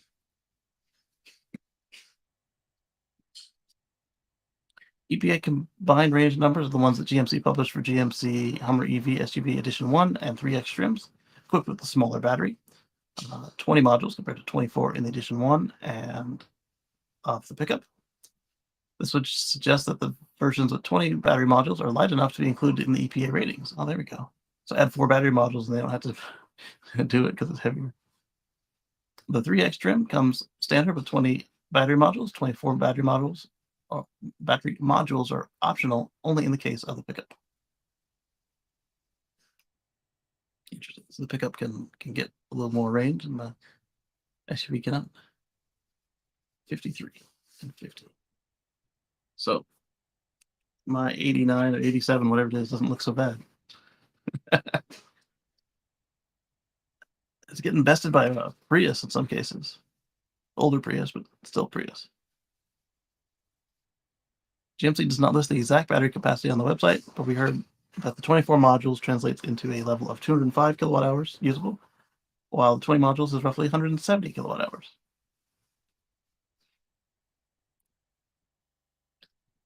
They are the two largest and heaviest EVs on the market, excluding trucks and buses, which combines a 3-motor powertrain strong enough to accelerate from 0 to 60 in just 3 to 3.5 seconds. That's stout. That's exactly what we see in the EPA rating. All right, I don't need any more analysis. I just wanted to show you guys the numbers. All right, so why more college campuses are starting to ban electric vehicles? And I said to myself when I read the headline, charging and people running into people. And then I scrolled down a little bit, and it was exactly. This is again what I was talking about earlier with the adapters, like the blanket bans, not good. What they should do is just like they do with school supplies. Hey, here they approve books. Here they approve line spacing on your paper.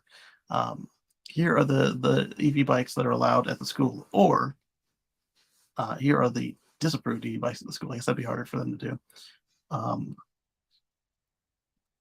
You're only allowed to use first-party chargers, that sort of thing.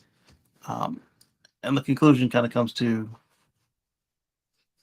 a similar situation. So fires and collisions. Obviously, people running into other people is not good. But I'd much rather the kids be on bikes than in cars, especially around college towns. Help with traffic, get them some fitness.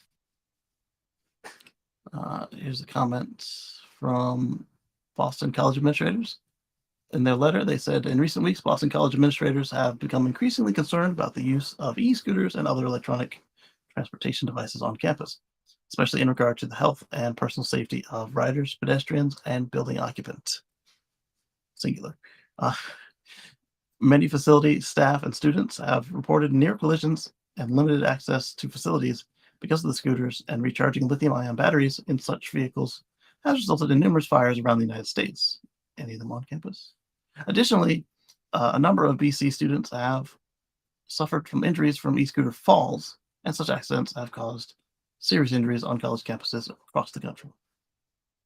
So that sounds like a reminder to your students to wear PPE rather than to say, no, you can't handle this. Also, teach them where it's safe to ride, which they should already know, but as we know, people's brains aren't anywhere near fully mature until about 25 years old. Yes, we. I can't go. I'm talking. You want to come with me? No? Okay. What? Where's mommy?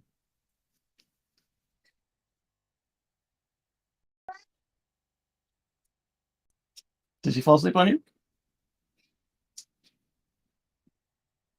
She's mad at me because I didn't go.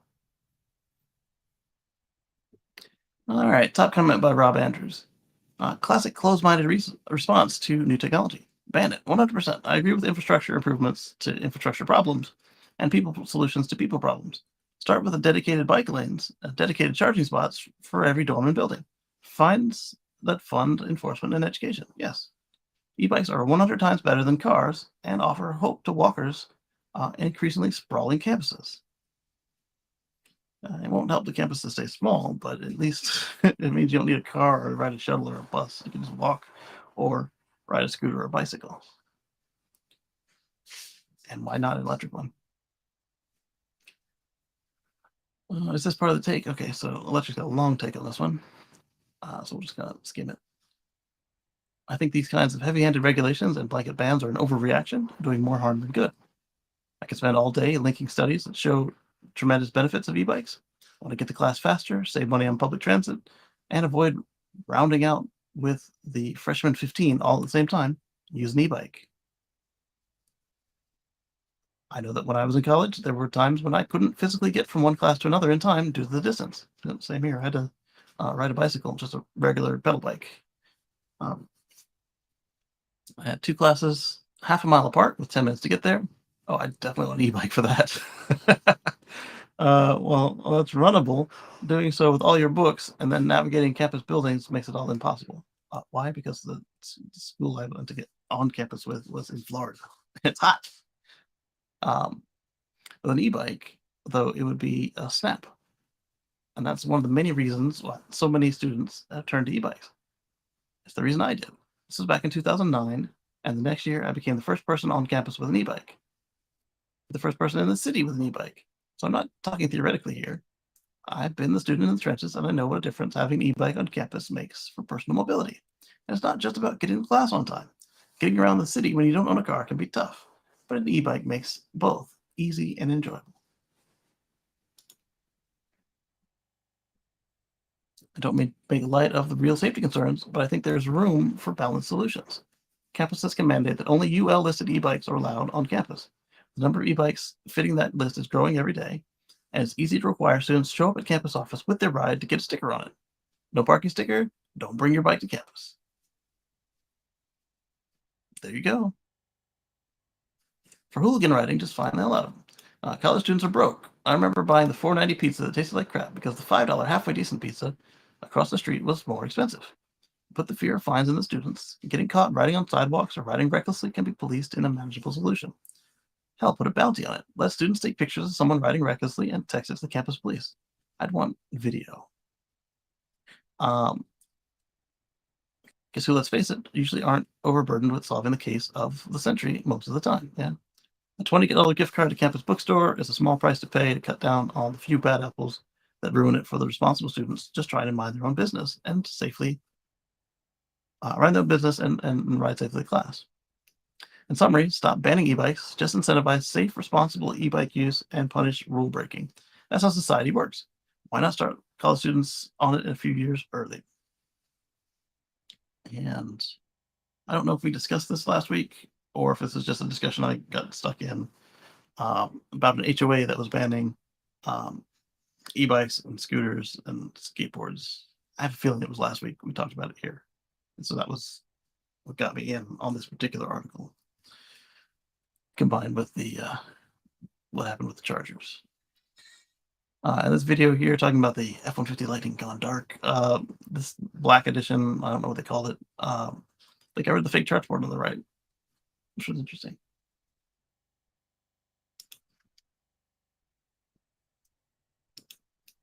All right, so I told you we'd talk again about the Japanese Gogoro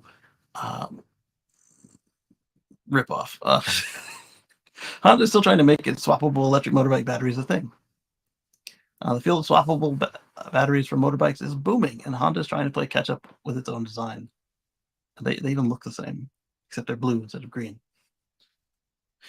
The Honda MPPE is a Gogoro style swappable motorbike battery that even comes with its own Gogoro style battery cabinet, known as the Honda Power Pack Exchanger, the HPPPE. You have marketers. Why do you have such terrible names? Honda's been dragging its feet on EVs for years, not just in cars, but also in its motorcycle division. So, yeah, so they're still trying this, and we'll see what happens with it. Wait, was there a summary on this thing? Electric's take. It's glad to see Honda finally taking electric motorbikes more seriously, though I'm not sure how many standards for swappable batteries are necessary. I get that entrusting a single company with managing and profiting from a battery standard has its downsides, but so does having 10 types of battery swappable batteries out there. Honda is obviously in its very early stages and seems to be copying Gogoro by entering each country that Gogoro establishes itself in. So they're the Burger King to the McDonald's. Sounds like they should just copy their pins and let you pick. So it'd be who's cheapest. If Gogoro is coming up on 500 million battery swaps under its belt with nearly 500,000 battery swaps per day, then it seems that they've pretty much got this figured out, while other companies are still testing the waters. A number of companies even build their scooters to fit Gogoro's batteries, including Yamaha, one of the companies that has joined Honda's battery consortium. I wonder if the Yamaha has 2 ports. You can rotate it left or right to pick whose batteries you've installed. That would be clever.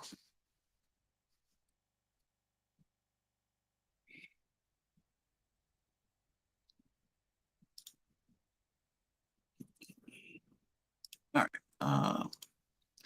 It's another little fun Cybertruck wrap. Tesla now trolls Toyota with Cybertruck wrap to look like a Tundra. Interesting they chose to go with black on this one rather than pretend it had a topper on it like they did with the Ford.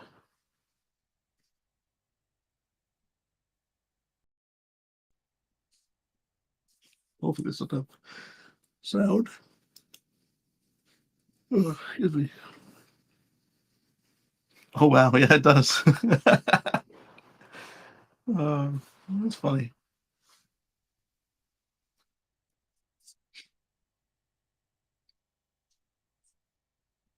So there's gonna be people who do this just on their own, not when they get their deliveries. Tundra is one of the best-selling pickups in the U.S. with about 100,000 units per year.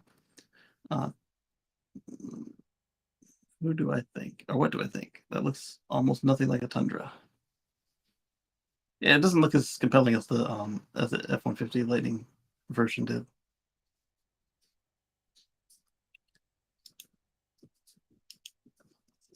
You have some Triscuits? Thank you, sweetie. You sharing with me? Mm. Mm. Thank you.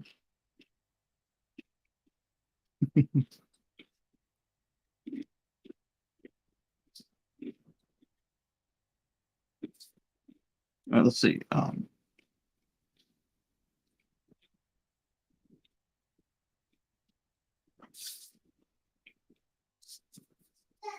Gotta try it just because Ford is well, at least the fresh ones anyway. Ford is offering a $3,000 discount and lease offers to the 2023 Mustang Mach-E.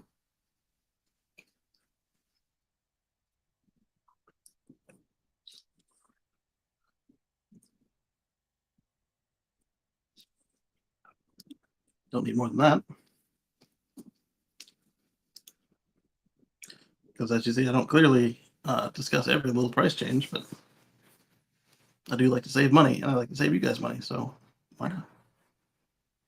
I seem kind of low in the frame here. In a new milestone, renewables generated 25% of U.S. power for the first half of 2023. So, in the latest issue of the EIA's Electric Power Monthly Report, with data through June 30th of 2023, it was revealed that for the first 6 months of the year, electrical generation by renewables, such as biomass, geothermal, hydropower, solar, and wind, accounted for 25.11% of U.S. electrical generation. Oh, but your electric car is burning coal. Okay, still better than it burning gas. But it probably didn't. Excuse me. This is up slightly from 25.06 reported for the first half of 2022. And solar took the lead at growing by 12.4%. PV whose output increased by 25.6% more than any other energy source. Accounted for nearly 1/3, 31.4% of solar production. Oh, solar photovoltaic versus say solar heat or solar thermal or something else. That's pretty cool. If you want to read all the stats and figures, I'm going to put them in the chat. There you go. California is making good progress. In May 2023, the latest report available, the grid operator reports 44.9% of the load on the grid was met by renewable sources. Wow. At this very moment, it's early afternoon on a warm but not hot day. 64% of the energy supply is coming from renewables. Our oil and gas fields are mature and played out. So generating homegrown solar and wind has become very good for us. Well, there you go. So everybody says it can't be done. We're already a quarter of the way there.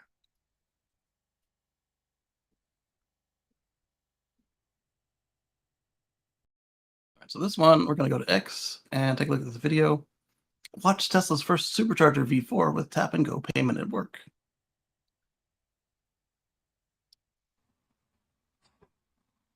Tap and go. You'll notice that this is a contactless charger. You can also use it obviously with the Tesla app, but I haven't got that. So I'm going to pay here. And we've tapped. Rising. Hopefully I'll get that £20 back. And we can see here, charging up. As I said, not only can little LC only take 64 kilowatts, but she's also over 80% charge. I couldn't come here and not try it. So yeah, here we are.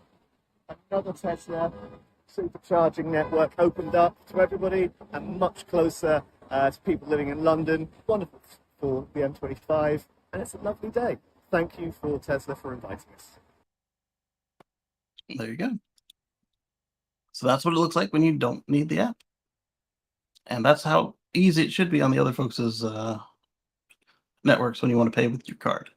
The card reader should work, and it should just go.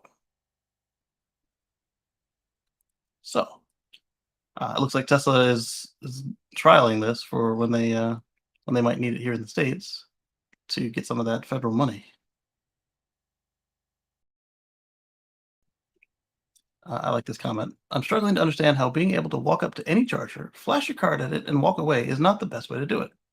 Who wants to set up plug and charge on multiple networks? And that was something I had a good tension with.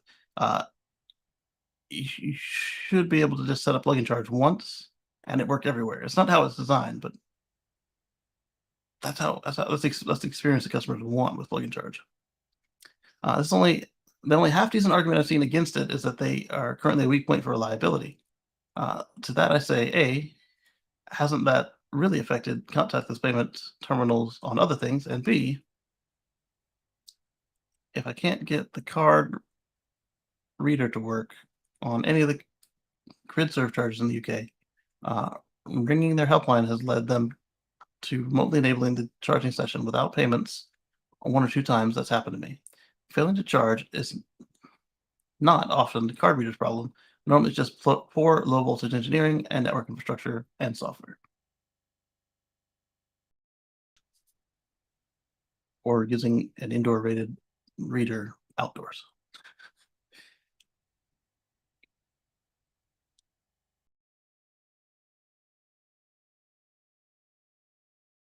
The system is straightforward, but the video also gives you a good idea of just how much bigger Supercharger V4 is versus the previous generation. The height and longer cable are expected to be critical as Tesla onboards new non-Tesla EVs to the network. Tesla's current supercharger cables are fairly short and designed for the specific location of Tesla's charge port, which is at the back of the driver's side of all vehicles. Other EVs have been, let's say, more creative with their charge port locations and therefore need longer cables to reach it without having to park badly. There are the ones that put it in the rear center, which is kind of on the front center, which is kind of cool. You could just nose in and do it. And we saw on the new Escalade, it's going to be in the right spot. We'll see how this all plays out.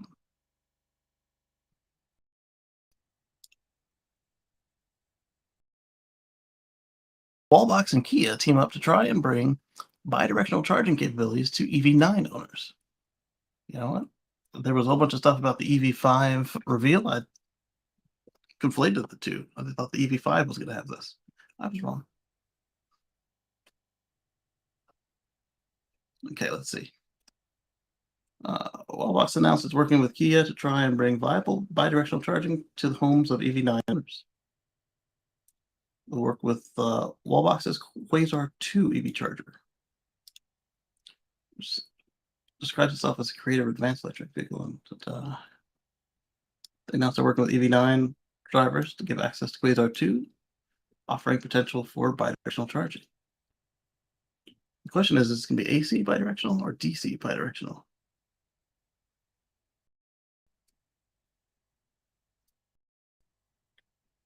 It's not a bad looking box. It's not huge looking, and it's very industrial. You can turn the EV into a power bank with the capability to send energy from the vehicle's battery to their home, also known as vehicle to home. We're seeing this capability to power homes during blackouts or peak times more and more across the EV landscape. But although the technology exists, implementing it takes a lot more effort. Yes, it does. All right, so they say we're excited to work with Kia of America towards our shared vision for accelerating electrification and transforming how we harness and interact with energy. Bidirectional charging can offer long-term benefits to users, grid operators, utilities, and will accelerate transition to renewable energy sources when combined with an EV capable of bidirectional charging, such as Kia's advanced EV9. Quasar 2 offers one of the most functional and affordable home energy management solutions on the market.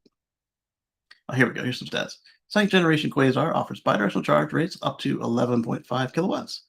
And Wallbox points out that with the EV9's 76 kilowatt or 100 kilowatt battery pack, kilowatt hour battery packs, owners can store 5 times the amount of standard home storage systems. Yep, enough to power home with typical energy consumption for up to 4 days. It'd be about 5 days in this house if the solar were to turn off. See, the company also estimates Quasar 2 owners will save over $1,000 annually on energy bills when combined with other time of use programs. As mentioned, the Wallbox chargers are expected to begin rolling out the first half of the year. So let's see. DC.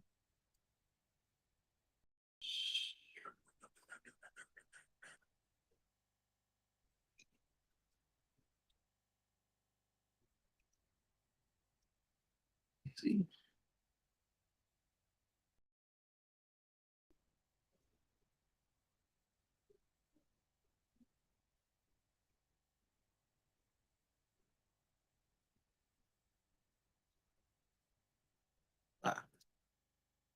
Lost it. But it doesn't say what kind it is. And I'm curious about that. The other thing I wanted to say is that I'm fine with vehicle to load and vehicle to home. today's batteries are probably not the best thing to use for vehicle to grid on an asset that you plan to keep for 5, 10, 15 years. Just because we haven't resolved the battery durability to put those extra cycles on it yet. But, if your home is in a power outage, I would definitely want to be able to use them as a backup generator.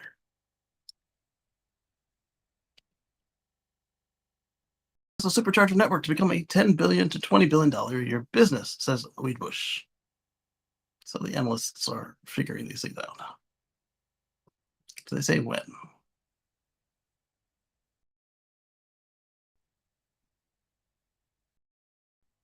They wrote, with the introduction of Tesla's Magic Dock, an adapter that will allow non-Tesla EVs to charge on the NACS standard, this provides the company an incremental opportunity to further expand its charging footprint to the entire EV fleet. They then added, we view this as another strategic move by Musk & Co. in the long-term story, as the EV supercharger network is a large monetization opportunity, with the company now taking more market share in the charging network ecosystem domestically, while laying the foundation for a successful EV transformation over the next decade.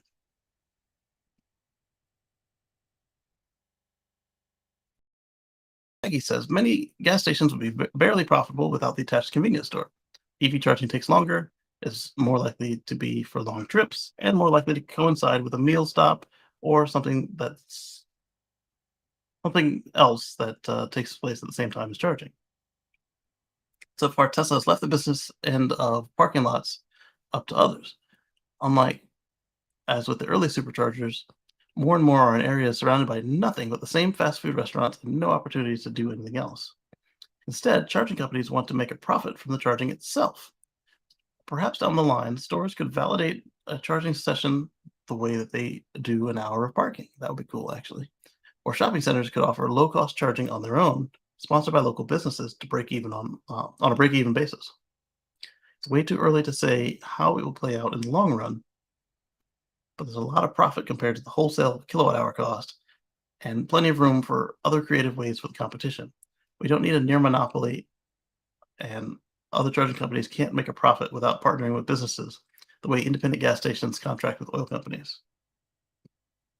Those are some good points.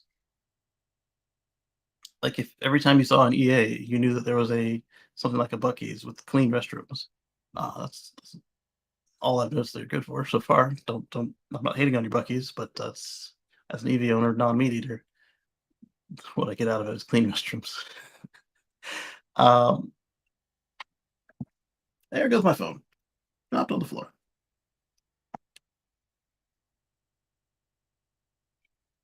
Not broken. That's good. Is it? Yeah, it's not broken. The other points about getting your parking validated, I've had that on some parking garage chargers before, and those are pretty cool. Yes, sweetie.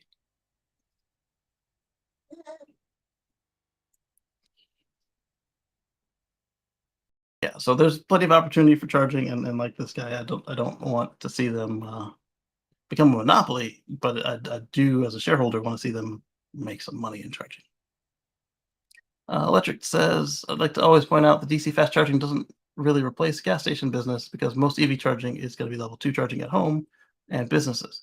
But DC fast charging is an important piece of the puzzle, as it enables long distance driving. It's not going to be as big as a gas station, but it's going to be big business, and Tesla is going to be a huge part of it. Dan's analysis sounds about right to me. Yeah. And then if you look at places where they're allowed to do them at like say the toll oases, where you've got superchargers and sometimes EA or EVgo, and you got all the restrooms like that. Like they've got the bathrooms open all day long, and sometimes food. I like those even better than like the superchargers at gas stations. Even better than like the superchargers at hotels. Why do I name them in that order? They're all three open all the time. The ones I like the least are the ones where the supercharger is just out in a parking lot by itself, or it's at a mall, or it's at some place that just closes. When you stop, you might have to go to the restroom. You might be hungry. You might want to stretch your legs safely. But if it's just a dark parking lot, you're just going to kind of sit in the car and read a book or watch a TV or catch up on your X posts or email or whatever. So there's plenty of opportunity in charging if you do it right, maintain your equipment, have reasonable pricing on the electricity, and again, have something for the people to do. Give them good Wi-Fi.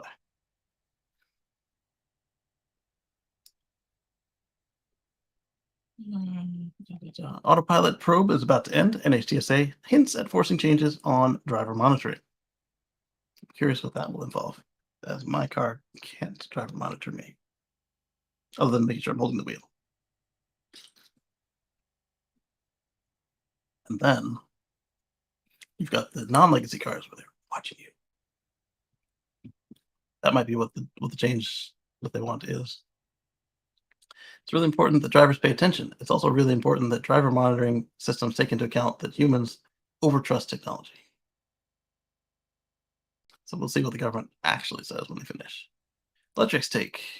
They have a top comment first. I'm good with following any requirements NHTSA sets. We'll see what they say. Their job is to keep the highways safe. It's worth noting that the difference between autopilot, which is in question, and FSD. They're two different products that people often confuse. This is true.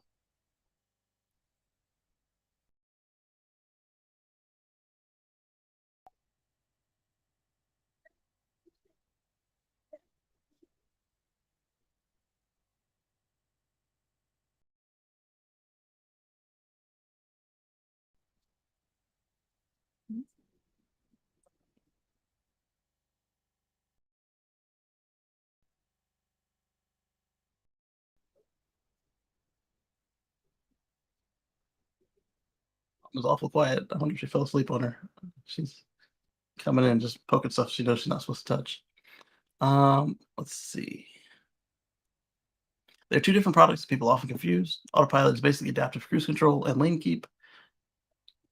If emergency stopping is added, I think they are. The NHTSA has a lot of inquiries on a lot of auto manufacturers to predict this technology. No, don't sleep. I'll perfect this technology. Yeah, and anything here that applies to autopilot should also apply to everybody else.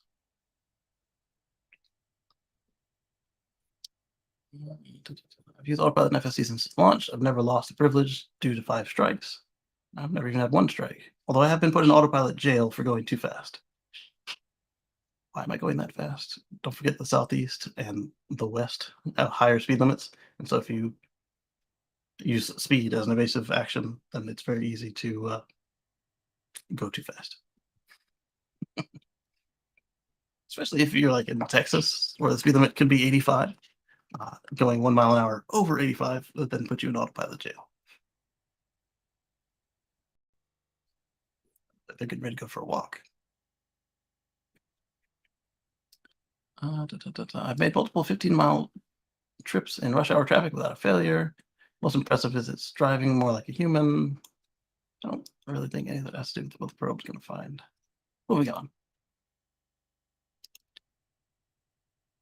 NBC said it would develop a statewide network of EV fast charging stations. It's added 1 in 2.5 years. Tennessee used to have, like, thanks to Blink and others, Tennessee used to have the lead in public charging, level 2 and DC fast.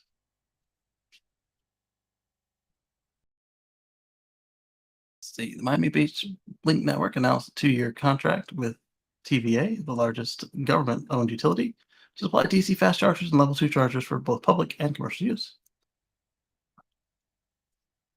TVA is a federally owned corporation in the U.S. Created by congressional charter in 1933, it's the 6th largest power provider. It provides 10 million customers in 7 states, and is helping fund a public EV charging network across its 7-state area.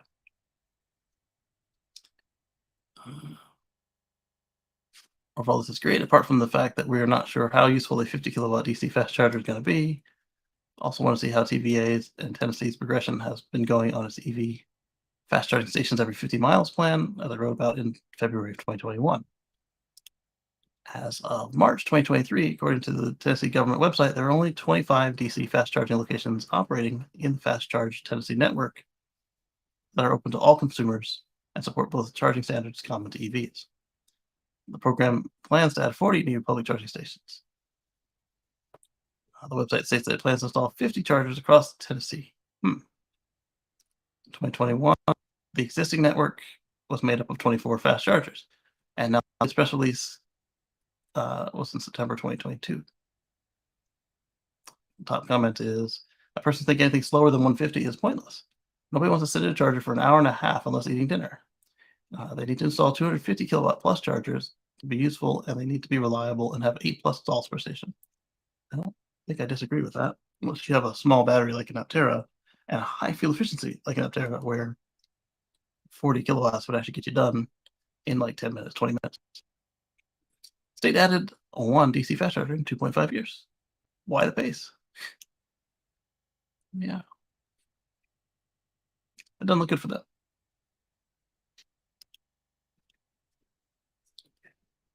All right, so I've been discussing these weird homemade. Bye, baby. He's wearing a little hat. All these little bike campers and such, the motorcycle campers. So here's the latest one. Interesting. Yeah, I would not have tried it without an e-bike. We go camping with your dog in areas that don't have access or cabins. Just build a wooden cabin and bring it along on your e-bike. It's 3.5 feet by 8 feet, 28 square feet, or 2.6 square meters. Claims to be the world's smallest cabin. There are 3 windows with mosquito netting, sloping roof for rain runoff, electric lighting, candle lanterns, propane-style stove for cooking, camp chair, and a table and 2 fans for cooling, a memory foam mattress, and perhaps most importantly, space for Jack's dog.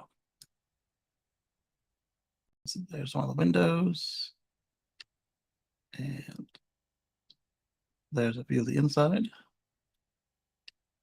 Those look like stills from a video. He gets in like a chicken coop.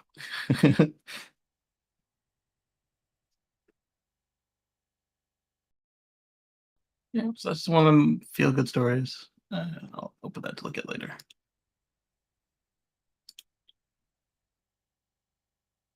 All right, so this is the Earth Cruiser again. We already talked about it. Seeing if they have any new pictures from the first article, or if what their take is on this. They're just closed up. We didn't see that in the first one.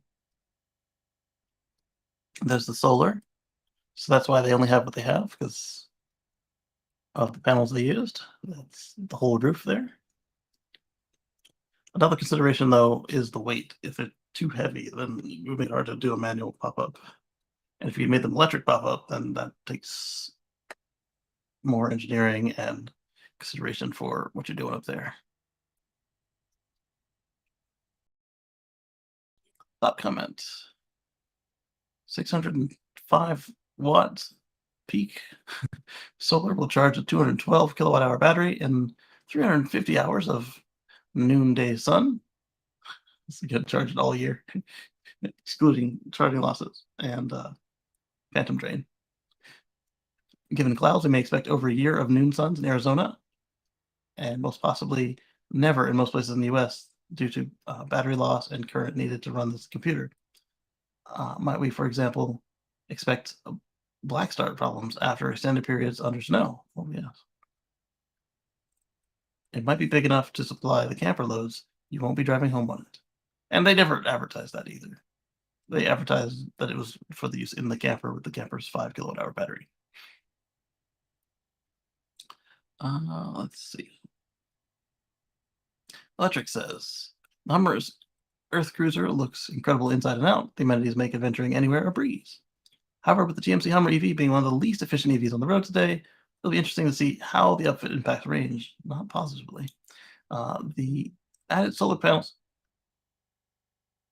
I thought they were going for a walk. It sounds like they're cutting the grass. Convenient, but how much power can actually provide to the pickup truck's massive battery? Again, and that would explain why the commenter thought that, but they didn't advertise that. Moving on. Volvo teases the first 100% electric minivan. The EM90 is like a Scandinavian living room. I was in it for the pictures, really.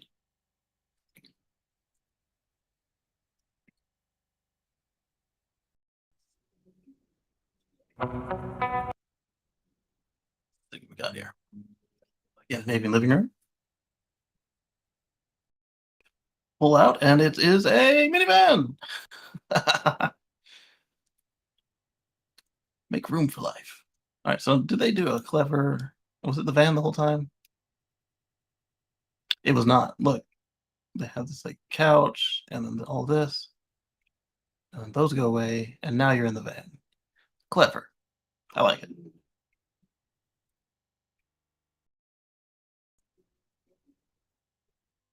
Make room for life. Introducing the Volvo EM90. November 12th, 2023. It's right around the corner. As a driver of an almost electric minivan, it's a crossover SUV, that's intriguing. What to expect from Volvo's first minivan? The 009 catches the eye with its boxy design, unique intelligent grille, foundation of life interactive front face with 154 LED lights. That looks a little bit like Toyota Crown to me. Let's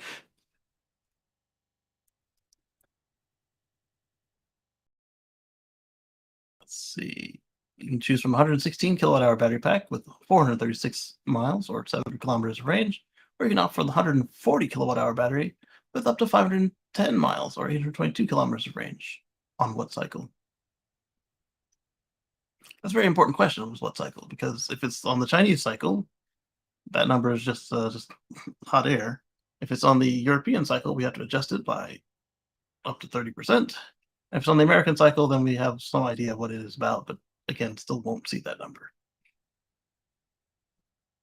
Tom says, this thing is going to be popular. Big market for an electric minivan, and with the Volvo branding and safety reputation, be even more popular. Wish they offered a smaller battery size at a lower price, since many people charge at home and would just use it to shuttle around town. Even 300-mile range is overkill for that use case.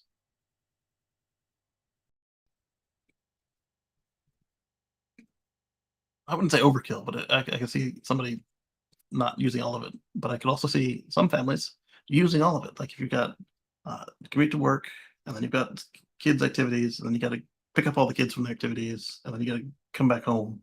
You can see yourself coming home at 20%, 10%, easy. Let's see. Dual motor all-wheel drive powertrain offers 536 horsepower, 505 foot-pounds of torque, enabling a 0 to 62 time of 0 to 100 kilometers. Impressive 4.5 seconds. Not bad for a massive minivan. Looks like it's a either a 7-seater,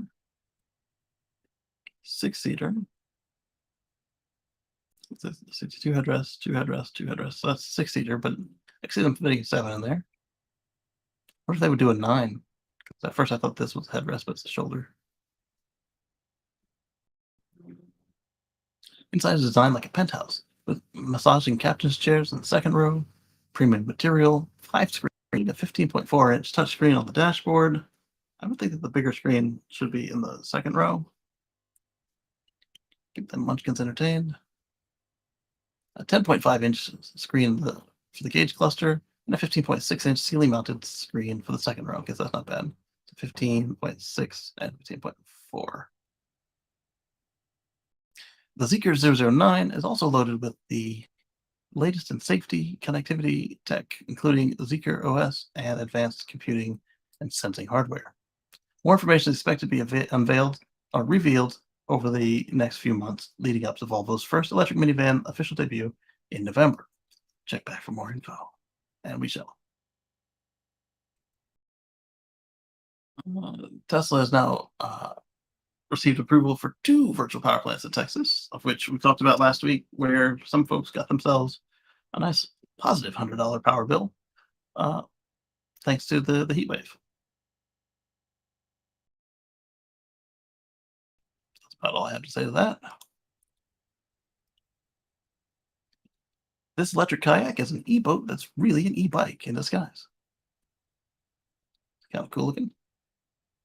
We've seen electric bicycle drivetrains and a number of small format vehicles, but the Old Town Sportsman Big Water EPDL Plus 132 e-bike brings e-biking to the kayak market.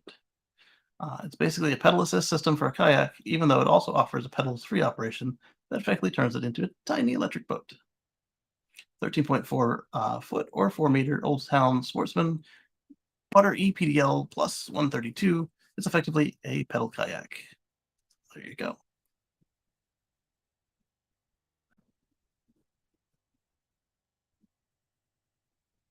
Oh, pedal, e-pedal. PDL. In the font, I was like, what are they saying here? So this is nice to see.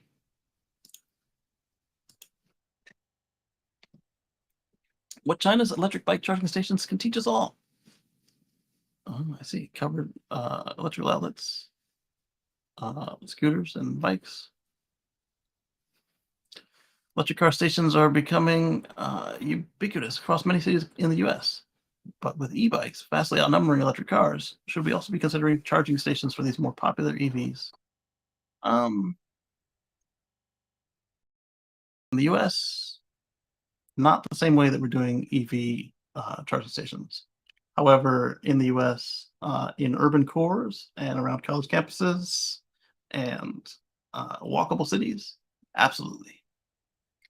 I think it'd be a waste to kind of plunk this down in some places where you wouldn't see bikes. Like, obviously, you wouldn't put it on the highway, but like some of our 5-lane, 8-lane city streets with 55-mile-an-hour speed limits, sparse red lights, not really. But in the more reasonable cores, absolutely.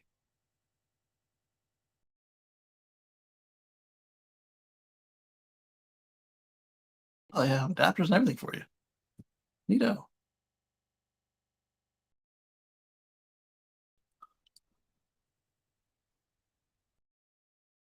That one was from me, the video of the Cybertruck.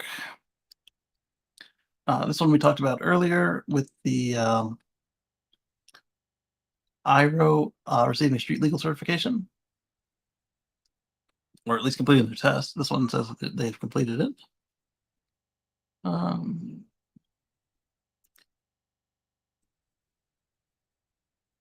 Meet or exceed the regulations. In the US, that means that they had to be set as low-speed vehicle standards and FMVSS, as mandated by the National Highway Traffic NHTSA.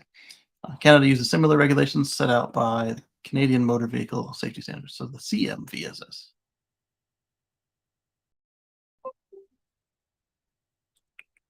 There's the pickup with the fold-down sides. Same pictures of the flatbed, the pickup, and the box. Top comment: the more I read these types of stories, the more convinced I am that we need a third middle ground vehicle certification, allowing vehicles with a max speed of 40 to 50 miles per hour and no highway access.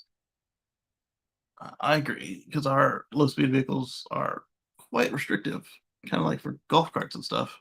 And we have a lot of vehicles that that we could bring over, like this guy says, with no highway access.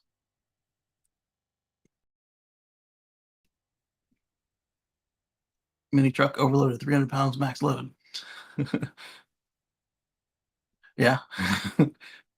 Mall crawler empty, 3,000 pounds max load. Also true. It's kind of sad.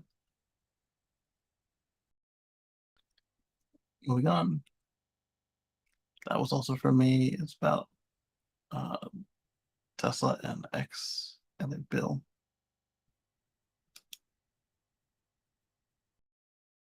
All right, so we talked about a e-bike company that was going under earlier. Here's another one. Sondors in peril, leaving riders stranded. Sorry, leaving standard. The first time they raised eyebrows, they burst on scene in 2015 with a controversial new e-bike with a rock-bottom price of $500. That's not bad. At the time, any question of whether it was a scam. Sunder's ultimately delivered the bikes and then rolled in late they rolled in late and landed short on the published specs. It's become a hallmark of the company over the years. It's not a good reputation to build up. In order to get a ride on that revolution, customers had to front the money in advance. Okay, so that's what's happening here. If you have a deposit with them, good luck. They overran their expected timeline by months and then nearly a year. Some customers were angry, ultimately asking for refunds. Many received them, but ultimately the metacycles started rolling out in small batches, arriving at some pre-order customer stores. I even got a ride on one of the bikes. It was actually surprisingly good. It again didn't meet the performance figures that originally promised, and the shiny polished aluminum frame somehow morphed into a matte PVC pipe-colored gray, and was somehow nearly 50% heavier than expected. The bike worked pretty well and was a lot of fun.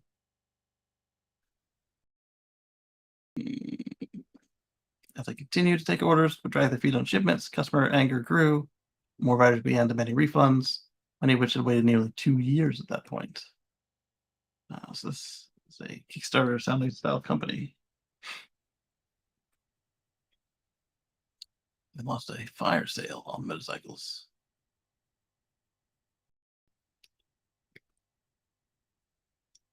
This is permanently closed on their Google business listing.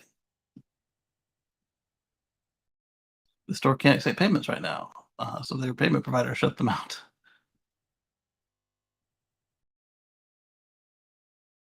Yeah, that's not good. That's not good at all. What happens now?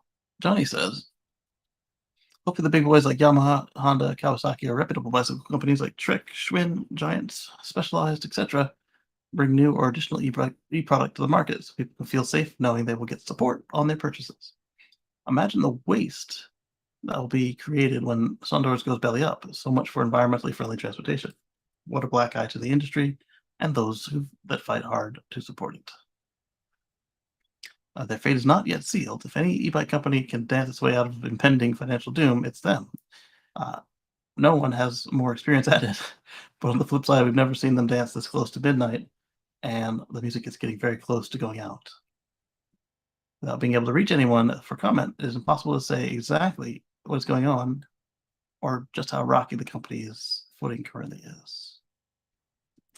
As with the Dutch company Van Moof, their bankruptcy is still fresh enough in the industry's collective memory. Such a quick fall from grace is no longer unthinkable. One thing is for sure, if you're planning on a meta beast as a Christmas present, you should probably get a backup plan just in case.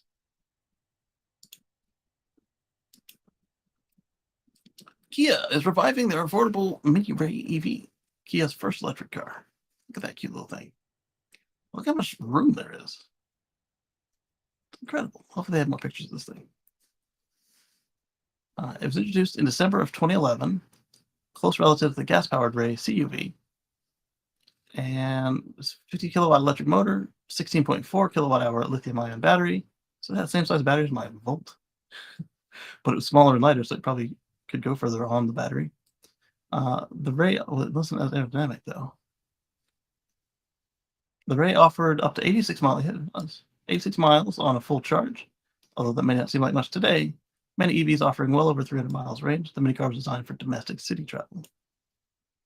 Despite weighing 412 pounds more than the gas-powered model, the Mini packed 77% more torque, enabling quicker acceleration, 0 to 60 in 15.9 seconds, and offered fast charging capabilities in 25 minutes or 6 hours using 220 volts. Features Kia's first EV-specific navigation system, providing charging information for nearby locations.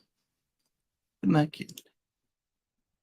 However, the Ray was released ahead of its time. The Mini electric car was discontinued in 2018 amid the region's lack of charging infrastructure and limited range.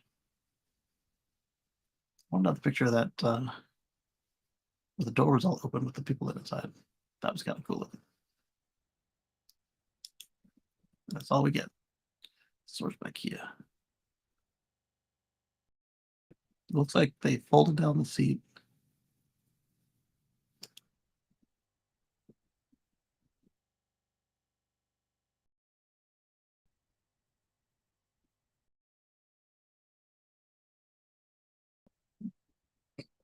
I did an image search right there. I didn't find anything useful.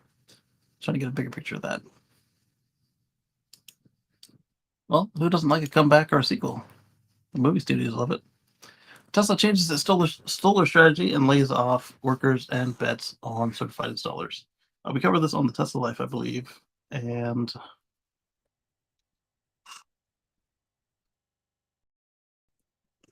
they this might work better for the customers. Sorry for all the Tesla folks that are out there losing their jobs right now. We've also seen them do this before and then reverse it. So we'll just watch this and see what Tesla does. The only difference now versus before is that they've got a really good certified installer network and dealer network for power walls and their solar roof and their rebadged solar panels.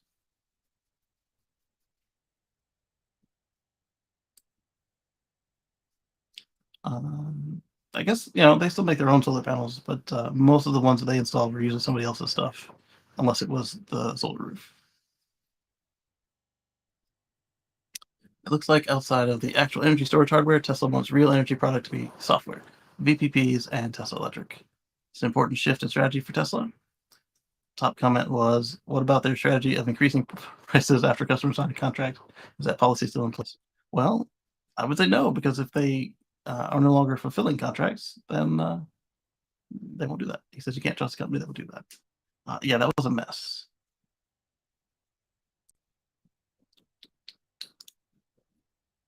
Let's go on something fun. Amtrak just rolled out its first ever electric bus. And you know what? When I was opening these articles and getting them ready, I read that as Greyhound.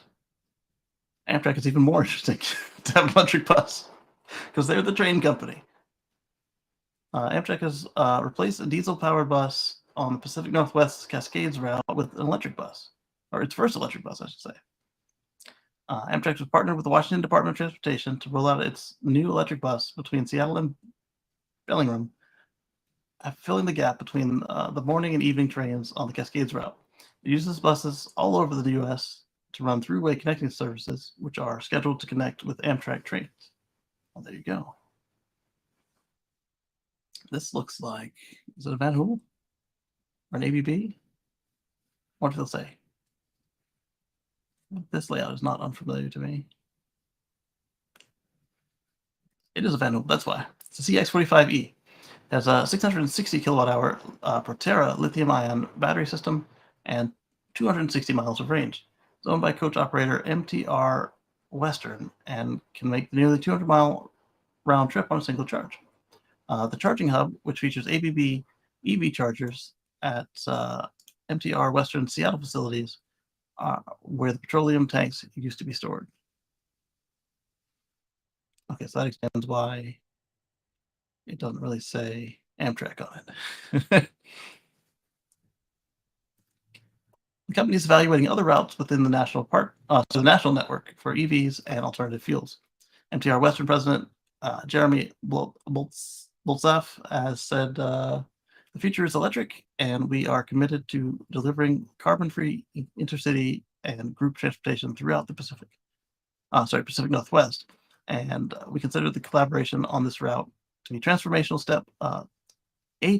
step towards even greater EV regional transit. The way the paragraph is broken on this one made all those word choices clunky in the mouth.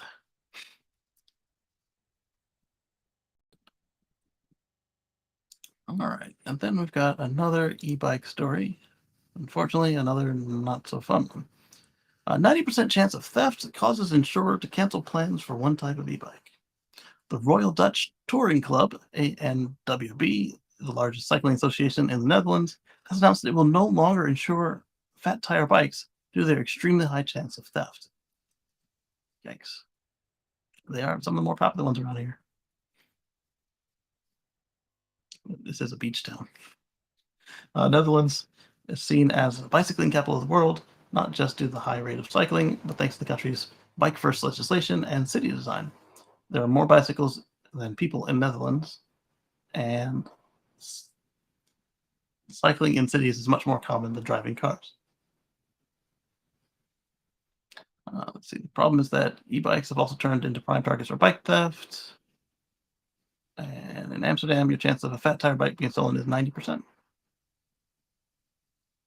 Wow. They currently insure 10,000 fat tire bikes and claims that the damages for fat tire bikes have risen to 800% of the premiums. In order to prevent bike insurance from also soaring, the decision has been made to no longer insure fat tire bikes. Existing policies will continue through their present term, but will not be renewed. Ouch. And as we discussed earlier, these things aren't cheap. So having somebody either go uninsured with a 90% chance of theft or now buy another bike that is insurable, again at great expense, that's not nice. Not nice at all. The popularity of the plus size tires in the Netherlands has grown due to the increased usage of e-bikes, which reduces the effort to pedal those big tires. So people wouldn't have wanted them if they had to pedal them themselves. So heavy and big. Another contributing factor is that new helmet laws have recently been imposed on mopeds, but since electric fat tire bikes don't require helmets, many moped riders are making the switch to fat tire bikes. The comment is, unfortunately, as society continues to devolve and law enforcement continues to pull back from fighting a nonviolent crime, these much-needed personal electric vehicles will become less popular. Cars, trucks, and SUVs come with countless security features to prevent and immobilize potential theft. And they are obviously much harder to steal than a 40-pound bicycle. A fat tire bike weighs more than 40 pounds. Until electric bike manufacturers start getting serious about mitigating theft, e.g., embedded tracking systems, effective integrated alarm systems, self-locking wheels and brakes, robust integrated locking cables, etc., they'll have a hard time gaining traction with people like myself that don't want to spend $2,000 to see it taken away by a loser and getting zero support from my local law enforcement. Despite some of the things they were touching on there, they do bring up some really good points. If this insurer had seen mitigating factors like, hey, this brand has less thefts than all the other fat tire bikes, and then they look into it and say, hey, it's because they have an immobilizer and they have a tracking system and they have an auto brake, then they would just say, instead of hey, we're dropping all the fat tires, they would say, hey, we're dropping all the fat tires that don't have these features. So before this spreads to other e-bikes, perhaps the e-bike manufacturers could do as this person says and start making sure that they are running effectively and safely. I still don't have lights. That's ridiculous.